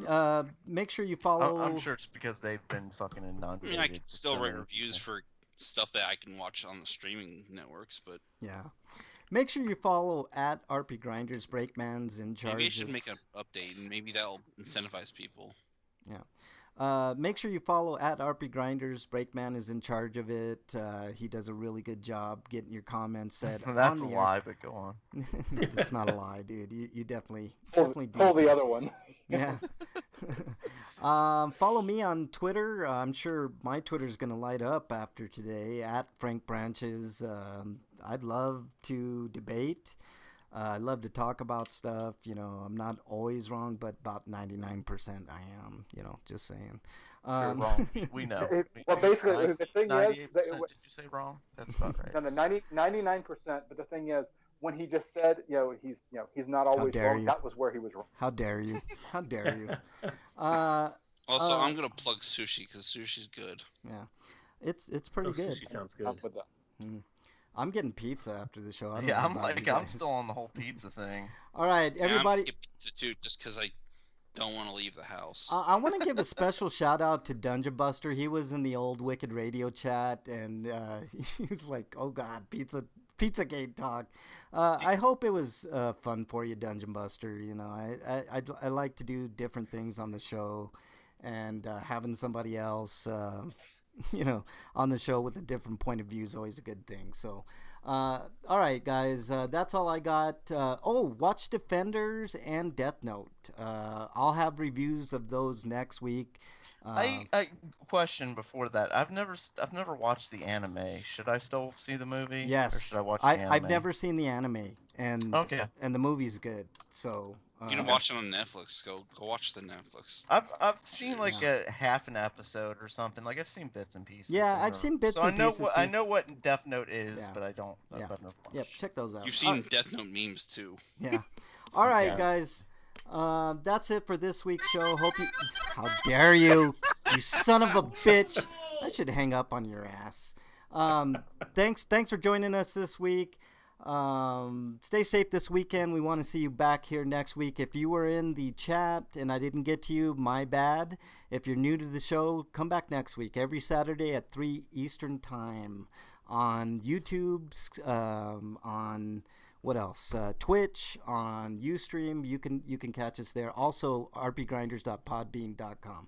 Till then, we're out. Stay safe this weekend. We're out. Later. Does Freak play the harmonica with his ass? How dare you? How dare you? He keeps getting scared, by the way. I hate you guys. I'm walking off. Oh, that's my daughter. Walking off this show. Walking off. I'm walking off. How's the story walking? Ruining the outro. Love to see you go. Hate to watch you leave. How dare you? All right. Me! Yeah. Me. Yeah, you. Oh, Hey, oh, shit. Freak Damn Vibe, it, thank dog. you. Freak Vibe, thanks so much, man. Appreciate, dude. As Yeah, always, you're man. welcome. Yep. Have a good weekend, man. Tell your Yeah, wife you I too. said hey and all that good fun jazz. Dungeon Buster, thanks so much, dude. I really appreciate it. Everybody else in any of the other chats, thank you guys so much. Once I get a permanent chat site, I'll tweet it out, let y'all know. But, thanks a lot, guys. Really, really, really, really, really, really appreciate it. I'm going to stop.